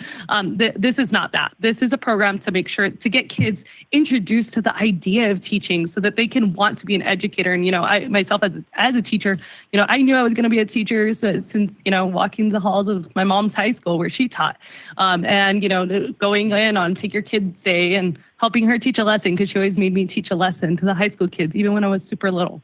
And I think that's how you get kids excited about teaching. And that's why I'm still teaching today. And I know that that's why our students will eventually become teachers too. I think just to echo one point, if I'm interpreting you, President Ortiz, correctly, I think my push would be, and this, I'm not saying you all are saying something different, I think I would look at the true measure of success of a program is, are the kids getting results in the classrooms of those teachers, not just did they enter the profession. Mm-hmm. It's like, what are they able to do as a result? Because like just having someone enter the profession, it's important, but it's still a fairly low bar, right? It's like, what are they able to do for kids? And that should be the measure of a program's effectiveness. And I think that's what you were probably getting at. Yes.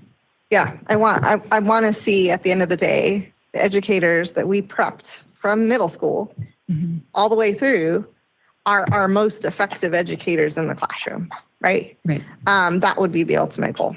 And ideally, they look like you and me, Selena, because guess what? Most of our kids do. And right now that's not happening. So to your point, right, if we open up the access to more students, I think that will get us there. But let's do that with fidelity. It's my key. So Member Dockweiler, sorry, your turn. Thank you, President Ortiz. This has been a very good conversation, and thank you so much for sharing this information. Huge fan of the Grow Your Own, and I've been privileged over the last 2 years to work on a dual credit, Grow Your Own from high school to graduate programming for school-based mental health professionals. So I absolutely adore all of this work, and thank you for your efforts in this vein.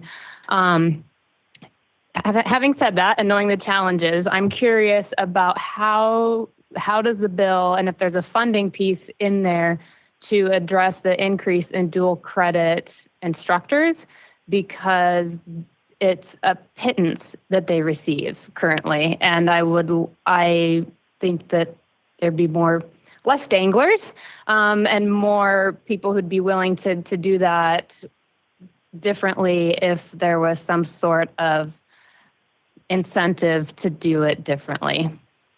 Yeah, thank you, Brenda Pearson, for the record. The bill does not include additional funding for the dual credit. That being said, if we have dual enrollment, right, there's an opportunity for our teachers to do this. And we have many teachers who are willing and able to do this. It is something we should look at in the future, but it's not something that was initially included within this bill. I do want to go back also and say, and to your point, Nevada State University has done an amazing job of ensuring that there's rigor on the content as well as what's happening within the classrooms. So to your question, President Ortiz, about the quality of these students turning out, right? They're going to have 3 years or 4 years of experience in and out of the classroom, pedagogy, then higher education 4 years, and along the way, if they're doing the teacher residency or something along that line, so that they're not doing necessarily the same student teaching that I myself had to do with, 6 months off of making any money. So this is a total of like 8 years to 10 years of opportunities for these kids who are going to know how to teach, right? When I went out to Rancho, they had this document that shared what the teachers and what the parents and the students are saying about the Rancho students going to CC Rano and the level of their knowledge that they have gained in their internship. And because these students want to stay in the community, they're able to fine tune what's being taught. So they're talking about student learning goals. They're talking about the NEPF, and they're starting that in high school, right? That helps them to understand how to be a successful teacher. Member Hughes, I understand that it's all about student outcomes. I think that's something that ultimately, we need to look at as a state, right? What do those student outcomes look like? Like the CTE program is our goal in CTE exposing students to programs or helping students to find a pathway to their future? We have to determine that as a community. And right now, that's still up in the air, right? But this project and this program will offer an opportunity for somebody's future. Member Walker, did you have anything? I didn't want to miss you up there. I just think that the potential is great, and it's certainly something that needs to be explored because it's a challenge, and we need, to, piggyback off what Member Hughes said. We don't just want bodies in the seats. We want effective educators in the classrooms, and we're going to have to start building that. But I think that it's bigger than just what the State Board of Education can do, because the reality is in almost all of our communities in this state, teachers can't afford to live off starting pay. And that's starting to change, but it's still a reality. Why are you going to move somewhere if you can't afford to live in the community? And so I think that number one, we're doing our part. We're training and identifying potential educators, and I think the legislature and our communities need to start doing their part and addressing the livability issues, which are really affecting educators. There was a big investment this last session in education, and that's going to benefit educators, but there's more that needs to be done. And so that's my take on this, but I agree with everything that's been said in the discussion.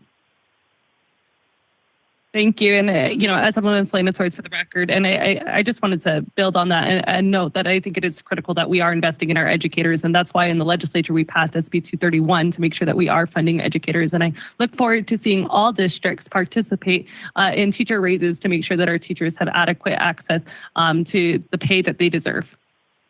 And if you don't mind, I'm just going to piggyback on Assemblywoman Torres. But I'd like to also mention that although we have a structure of GOIN being kind of supporting overall these projects, NDE's role is incredibly important, right? Their job is to monitor and evaluate the progress of this and help these districts.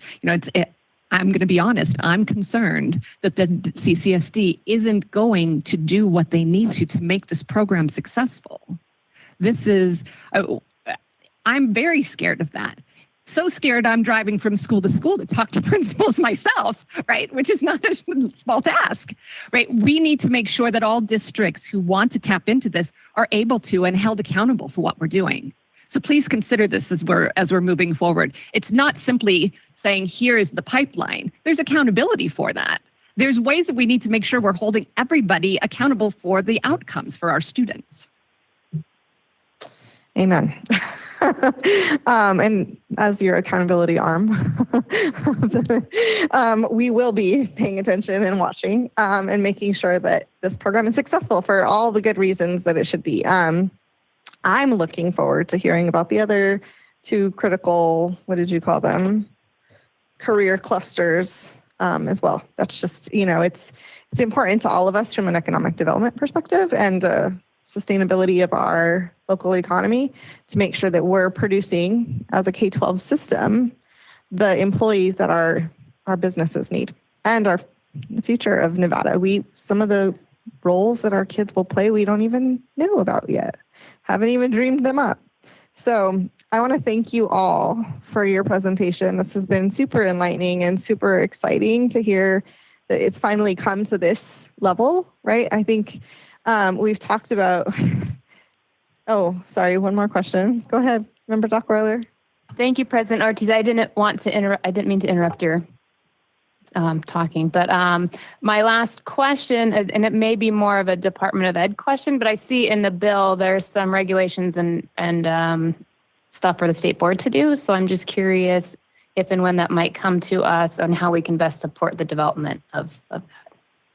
Thank you for your question, Dr. Brenda Pearson, for the record. Yes, I'm actually working with Craig Statuki. We're meeting every couple weeks, and so that will be coming to you soon. We have a guidance document that we've been discussing, also some advertisements or marketing materials, but then the next step would be the regulations. So yes, we've got it all teed up for y'all. Can I ask one more question real quick? I'm going to take Member Hughes and then I'll come up to you, Member Else. Thank you. As Member Houston, I had a sort of a big picture question for the department. So Member Ellis, if yours is more about this program, do you want to jump in? I'm sorry, I couldn't hear you, Mr. Hughes. Go ahead. Oh. I just said I had a bigger picture question. So I don't know if you had a specific program question you wanted to ask. Yeah, I was just curious for districts as far as wanting to collaborate, like how could we do that, or how could we jump on board with that and kind of be involved in some of this?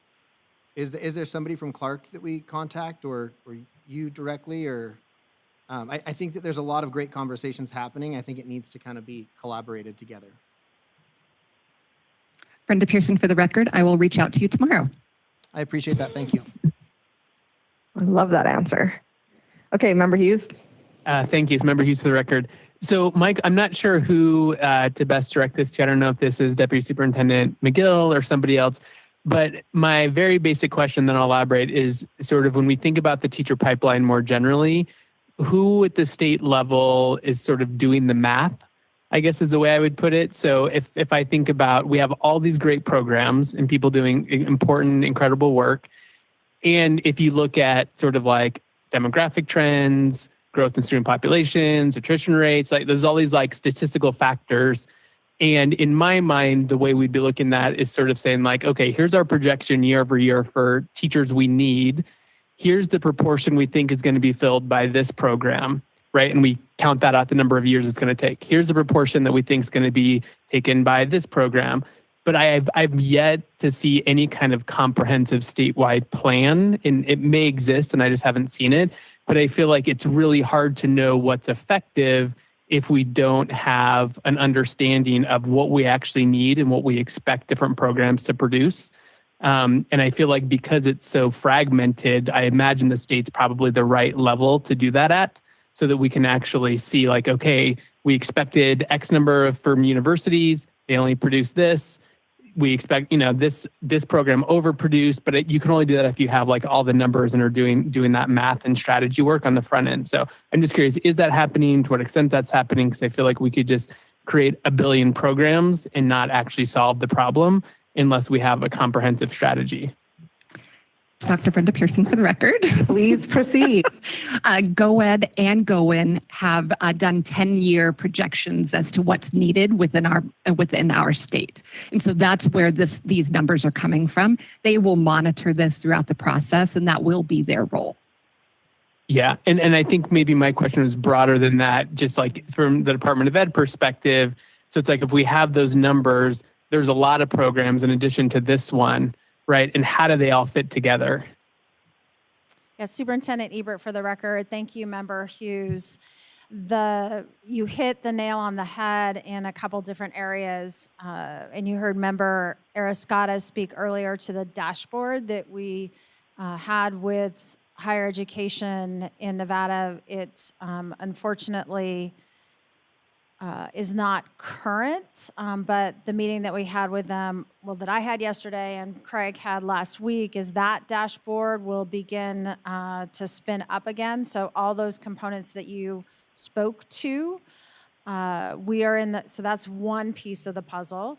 The other component is working with, and I think I've shared this with the board before, we are going to have Opal now speak with Infinite Campus, so we can now know where all the substitutes are, where all the licensed educators are across the entire state.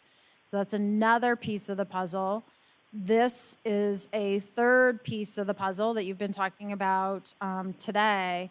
But all of those pieces coming together in one strategy, which I hear you asking for, is still in process because we've been flying the airplane while we've been building it at the same time.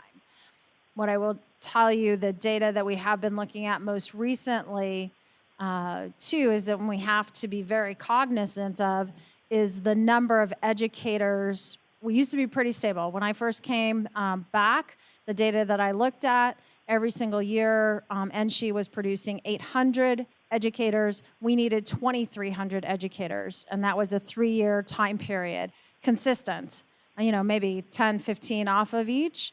But now we have so many educators leaving the profession that, that piece needs to come into play, because even though that we're hiring, the school districts themselves are hiring not only within the United States, but globally, the number of teachers leaving the profession is higher than the number that we are able to either produce or hire at this moment in time. Thank you for that, Superintendent Ebert. So I have then a bigger question. Have we taken into consideration, or are we thinking about in this educator prep program, thinking about the structure of school differently so that teachers aren't one teacher, one classroom? I know there's a school in town that's currently piloting a program that was started out at ASU in Meso School District, where it's a cohort of teachers for a cohort of kids. And it's not just teachers, but it's also our wraparound services like JAG and CIS, and it's our mental health professionals and our counselors and nurses and they're as a team responsible for a cohort of kids. And so it kind of flips the teaching model on its head a bit. But it has proven to be very successful in these other school districts. So is that innovation a consideration, or are we going the traditional one teacher, one classroom route always? I would love to say that innovation is something that we should be moving towards. And I can wholeheartedly say that. I think that a lot of what we do is antiquated by nature, right? But it does take, in the same way that we were talking about the start time difference, right? It takes adults to come to the conclusion that this is an important component. So I can't necessarily answer your question, but I can say that there have been many innovative things that have happened across our state. What we need to do is scale up on the successes. And that's what I don't believe we've done that. I don't believe we've shared all those wonderful things that have been happening. And so that, I guess that's turning back to perhaps you guys and to say, how can we embrace the innovation and push districts or our state towards looking at things a little bit differently? So on that note, I would like to challenge the Department of Ed to ensure that we're including our competency-based education and portrait of a learner work in this program. Like that should be overlaid over all of our programs, obviously, but specifically this one because it will most quickly impact what's happening in the classrooms. And yes, Member Keys. Okay. Sorry, but I just had a really quick question. Sorry if you already went over this, but say I went to like a more rural school and they didn't offer this program, would I still be able to get the benefits that the higher education has, like the tuition reimbursement and stuff like that? Yes, the bill actually, Brenda Pearson, for the record, the bill is written so that you would be included in that. And then we can even build on to the innovative discussion we had just with President Ortiz and offering up perhaps, another opportunity for students to do this, whether it's a virtual learning environment or something along that line. We need to make sure that we're thinking broader than the four walls within our classrooms. Okay, speak now or forever hold your peace. I think I'm going to close this agenda item. Obviously, we could talk about this all day because this is a hot topic. And to your point, Assemblywoman Torres, hopefully someday soon, all of our teachers will be paid a really good livable wage. And Member Cantu, they will be the teacher that you and I remember as having the nice house in the neighborhood and doing really well for themselves. I remember that too. They were always the ones that had like the best stuff. So we want to get back to that as it should be. Okay, so I'm going to move on to our yes. Sorry, this is Christy McGill, Deputy Superintendent. I just wanted to do a quick plug and a reminder. You guys talked a little bit about the alignment of all these different strategies and really how do we make a greater impact. One of those ways is really leaning in to the new Perkins plan, which Director Statuki is also working with the WIA funds as well. So really don't miss that opportunity. Let's really get a single plan that addresses both kinds of funding so that we can really make a collective impact. Thank you. Thank you, Superintendent McGill. Deputy Superintendent McGill. Sorry, I'm giving you a promotion. Okay, so moving on to agenda item 11, we're going to talk about future agenda items. I have 4 things on the list already.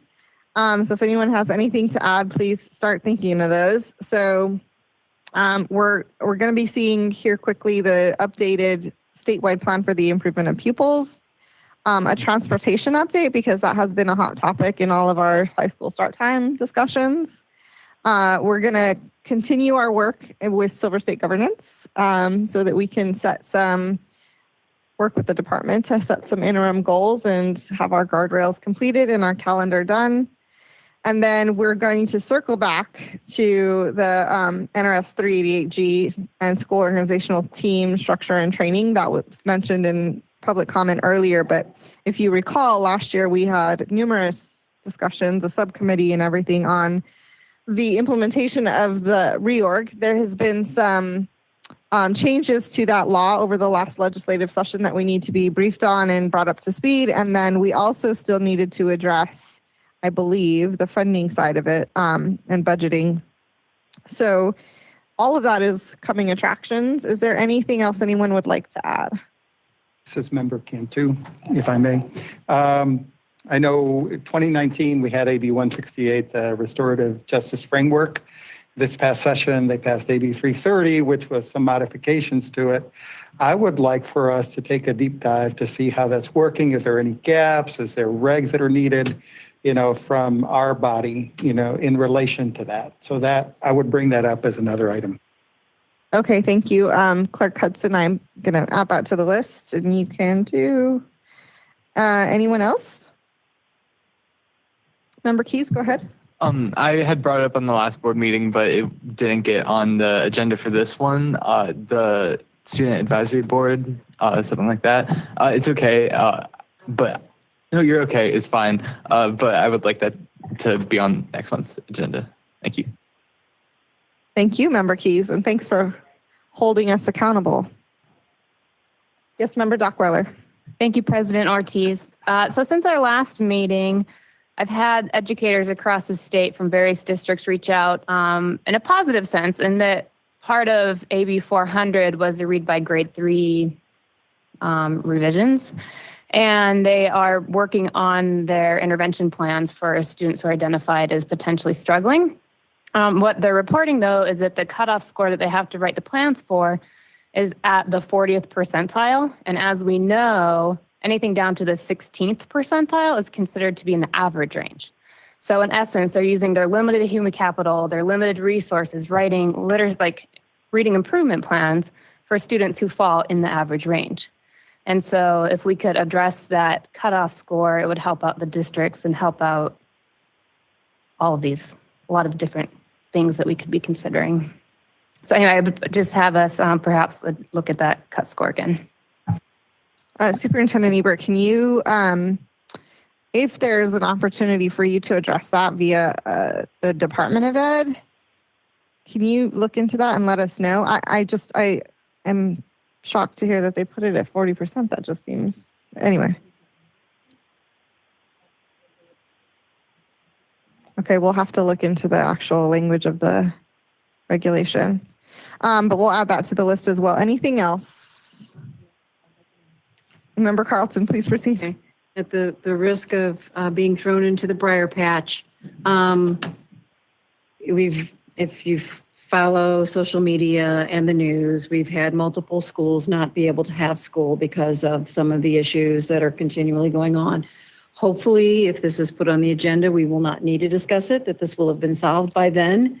But if it isn't solved by then, I think there's an adult conversation needs to be had about how do we put these people in a room with a whip and a chair and make them do the right thing so the kids can get to school. So putting it on the agenda, but hopefully we won't have to discuss it. But the fact that this is ongoing every single day, we're hearing about another school, is just wrong. The students are suffering for people not being able to have adult conversations and come to some reconciliation with each other. So somebody's going to have to take them to task. So. Couldn't agree more. I think that falls within our authority, but Dag Gardner, you could perhaps just confirm that before we actually do get it on the agenda. Because schools are required to have a certain number of days and et cetera. I think that we're good there, but I will get that confirmed. I do, however, agree and will reiterate your comments that adult student outcomes will not change until adult priorities change. And so hopefully we will see a resolution to the challenges we've been seeing all over the news really quickly. Okay, I'm going to move on to public comment number 2, which is for non-agenda items within the board's jurisdiction. Public comment may be submitted to the board secretary at boarded@doe.nv.gov. Our secretary will read the comments the public comments into the record with a time limit of 3 minutes. If the comments exceed 3 minutes, the full text will still be entered into the record and circulated to the board. Please note that public comments submitted after the board has officially adjourned will not be included in the record. I'll begin with members of the public who have attended to provide comment in person. If we could start up in Carson City, if anyone is there for public comment, please come to the table and turn on the mic and state your name for the record. Is there anyone up north? Madam President, we have no in-person comments. We do have 5 emailed comments to be read. Let me take the in-person comment down here and then I'll turn it back to you for the written comments. I'm going to take Marie Nesis.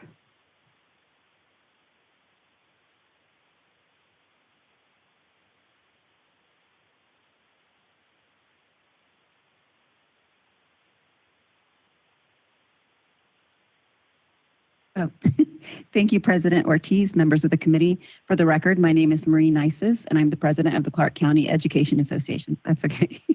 You're not the only one who's done that. I'm here because I'd like to provide some insight from my personal perspective. This is my 31st year working in CCSD, and the importance for me for this teacher pathway is addressing some of the comments that I've heard some of you make. 31 years, and all I've ever taught is at Title I schools. And in that time, it was very rare that I would see educators who looked like the diversity of our student population. So I think what's important first and foremost about this pathway is that this is a program that is going to be in every high school, so that it's the opportunity for multiple students throughout the Valley to have a career if this is what they choose to go into. I think it will address some of the issues that we're having with not having diversity in our teaching profession, because as the president, I'm able to go and visit other schools, and again, we still do not reflect the diversity of our students. And then when I think about my own experience, one of the issues that I had going into student teaching, I started my career with CCSD the first 7 years as a support professional. And I was able to watch really great and strong teachers that gave me the experiences that I would then take into my classroom to be a successful teacher. So when I became a teacher, I wanted to pay that forward. There are a lot of paraprofessionals and support professionals that are currently in college to become a teacher. They would come to me, they would ask for advice, they would ask for supports as far as how to navigate college and classes and how I did it. I told them not to give up because it took me, again, 7 years to get a 4-year degree, but it was important to me to do that. So one of the issues that they face is, again, hitting the time when they have to student teach. Fortunately or unfortunately, I was in an automobile accident, and that was what was able to help me pay for my student teaching for the money that I would give up with not being able to work. Well, when I think about the support professionals that I mentored, many of them were high school graduates here from Clark County, and then they went into the profession of being a support professional. So this pathway will help those students do that. They will be allowed to have a career path, and also if they want to start working as a support professional as they're going to college, it will give them the experience they need. So again, I think it's important that we back programs that are going to not have an immediate, like to your point, there's not an immediate fix on this, but we are clearly in a crisis, and this is a long-term solution. We have to change what we're doing. We have to address the pipeline issue because we're not getting educators coming into the profession. We're in a crisis. They're leaving in droves. We are bleeding educators here, specifically in Clark County and across the nation. We can't continue to use the same systems that we have trying to recruit from other states because it's not working. So while this is not an overnight fix, I truly believe in the depths of my heart that this is something that we will see long-term work out exactly the way we intended it to. And so I think the work that was done by CCA as well as our legislators to ensure that this passed. And so again, I hope that this is something that we continue to see moving forward, and that we hold everyone accountable to ensure that this is done with the fidelity that it's meant to be done. Thank you. Thank you. Okay, I'm going to turn it back up to you for public comments that was submitted in online. Sorry. Thank you, Madam President. I want to apologize to Deputy Superintendent of Washoe County, Dr. Sang, for his comment being missed earlier today in public comment 1. Dr. Sang writes, the Washoe County School District shares the same concerns as the Nevada Association of School Superintendents and other districts regarding the state's involvement in determining start times for schools. Decisions regarding school start times should be determined by local school districts to meet the unique needs of our communities. While the district acknowledges the research showing that school start times impact academic outcomes for high school students, the district also has data and evidence to demonstrate that our community is not supportive of adjusting start times for school. Washoe County School District staff and the Board of Trustees engaged in the Washoe County community over a series of public meetings from December 2019 through November 2021 on this very topic. This included over 18,000 survey responses and hundreds of public comments. Our district analyzed this issue in a comprehensive manner with wide input from stakeholders. Under budget-neutral scenarios, Washoe County School District families and community members in our district were not supportive of a greater degree of schedule change to accommodate later start times. They view this change as more disruptive and generally more undesirable. That is why our Board of Trustees elected not to make any changes to the current bell schedules at this time. Furthermore, the Nevada legislature has determined that public education is a matter for local control, imparting the Board of Trustees of local school district with the rights and powers necessary to maintain control of the education of the children within their districts. NRS 385.005.1 references Herrera-Russo, citation from 2000, quote, Nevada public schooling is a matter for local control. It is not a statewide or central government function. Eason versus Clark County School District citation from the Ninth Circuit in 2002 states, the legislature has expressly reaffirmed its intent that public education in the state of Nevada is essentially a matter for local control by local school districts. NRS 385.005 under Declaration of Legislative Intent explicitly provides that these rights and controls provided to local school districts may only be limited by other specific provisions of the law. Additionally, NRS 386.010 creates each county school district as its own political subdivision, and NRS 386.350 vests broad powers to each local school district board of trustees, including, quote, the establishment and operation of schools and classes deemed necessary and desirable. The setting of the academic calendar and the school site bell schedules are the very operational decisions that the Nevada legislature granted under the authority of the school districts and its board of trustees. It must be noted that Nevada Department of Education cannot reasonably argue that NRS 385.075 provides it with authority. That's time on this one. Thank you. Next one is from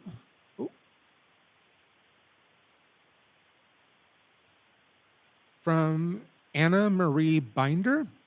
Madam President, board members, and Superintendent Ebert, I'm writing to support the notation on the agenda that advises a potential future agenda item for 388G/SOT training. It has been some time since this board has discussed it, and it is very much needed. Our communities need clear and consistent training that will include changes to come into effect July 1st, 2024. I'd like to maybe even suggest a subcommittee for this work. I appreciate your time and attention to this matter and look forward to the future agenda item. Our next comment comes from Penny Eccles regarding agenda item 9. I appreciate the presentation on creative solutions to teacher shortages. As a parent of a child who is deaf-blind and placed in a self-contained classroom, I want to express concern that the discussion has not been highlighted the dire need for special education teachers, for teachers of the deaf, and for educational interpreters. Many not highlighted. Sorry, one moment. Many not highlighted the desired need for special education teachers. Many students are receiving these services by teleconference, and it is suboptimal. It is not conducive to language development. It is especially difficult for learners like my daughter who are deaf or hard of hearing and have additional disabilities. Please consider my child and others like her who require specialized teachers to have full access to the same academic content as her typical peers. Thank you. Let's see.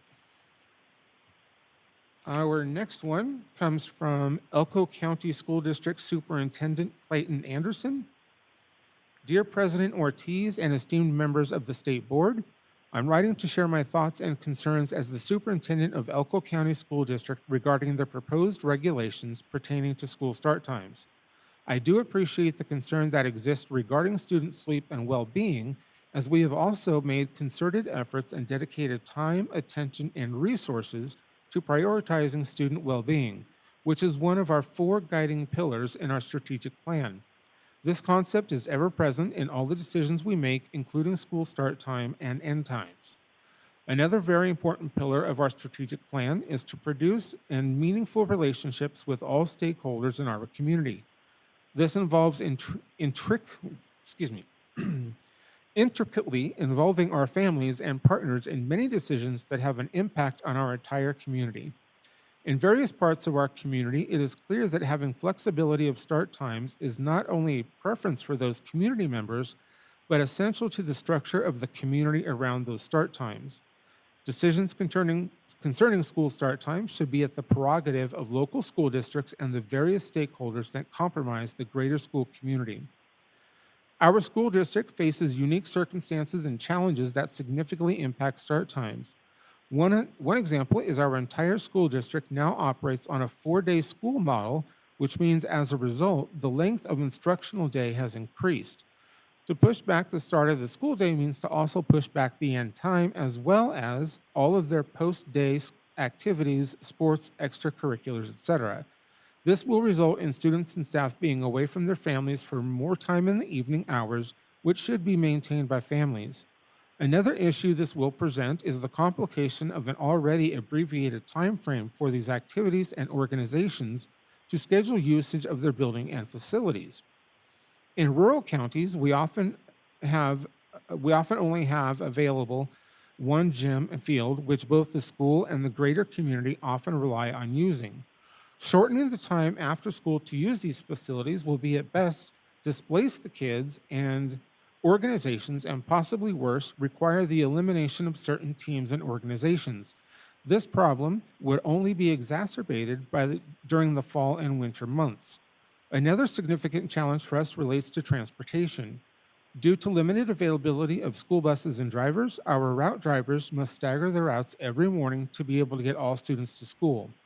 Without double the number of school buses and drivers, we would have several schools that would have to start so late that they would be releasing from school at an unreasonable time of day that is neither safe nor conducive to normal family life and activities. Implementing mandated changes to school start times without the necessary additional resources to address these operational That's challenges. time. Thank you. Our next one is from Sylvia Lazos. She writes, Dear Superintendent of Instruction, President Ortiz, Nevada State Board of Education members, at October's meeting, the Nevada State Board of Education will begin to consider steps that the NDE will take towards implementation of, by, AB 285-330. The compromise law on restorative justice crafted between Governor Joe Lombardo and the 2023 Nevada legislature. There are many challenges in creating a new balance between classroom safety and student-centered discipline that follows restorative justice practices. As a compromise legislation, AB 285-330 leaves gaps, and it will be the task of the Nevada State Board of Education and NDE to provide guidance. Below is my role as a community leader and academic professional working on civil rights and equitable education opportunities. I recommend that NDE consider detailed and extensive regulation to ensure faithful implementation consistent with the intent of the law.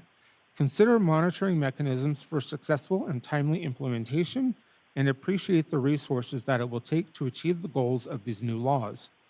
There was a consensus in Nevada legislature that pre-pandemic restorative justice legislation, AB 168 and SB 80 in 2019, failed because it was not well implemented.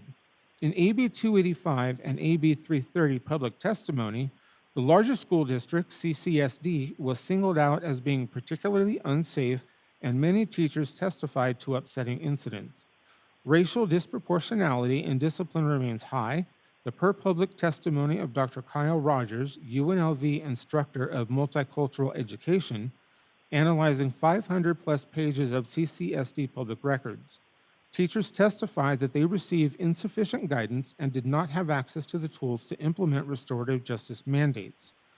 NDE issued guidance under the prior law, AB 168, that were well-reasoned, research-based, and faithful to the intent of the law. However, it appears that NDE guidance was taken by suggestion by some school districts. Given the importance of faithful implementation for success this time around, NDE should consider the regulatory process to ensure school districts' faithful implementation and build systemic accountability and monitoring. The system that NDE builds will require resources, and the superintendent and board should consider whether those currently available are sufficient to get the job done. Suggested areas NDE should address would be 1, the new law requires NDE to articulate the overall vision for the state in an area of school climate, safety, and restorative justice as student-centered discipline. Under AB 285-330, NDE must, quote, develop a statewide framework for restorative justice and establish standards for a progressive discipline plan based on restorative justice. That's time. Thank you. And that is it for public comment in Carson.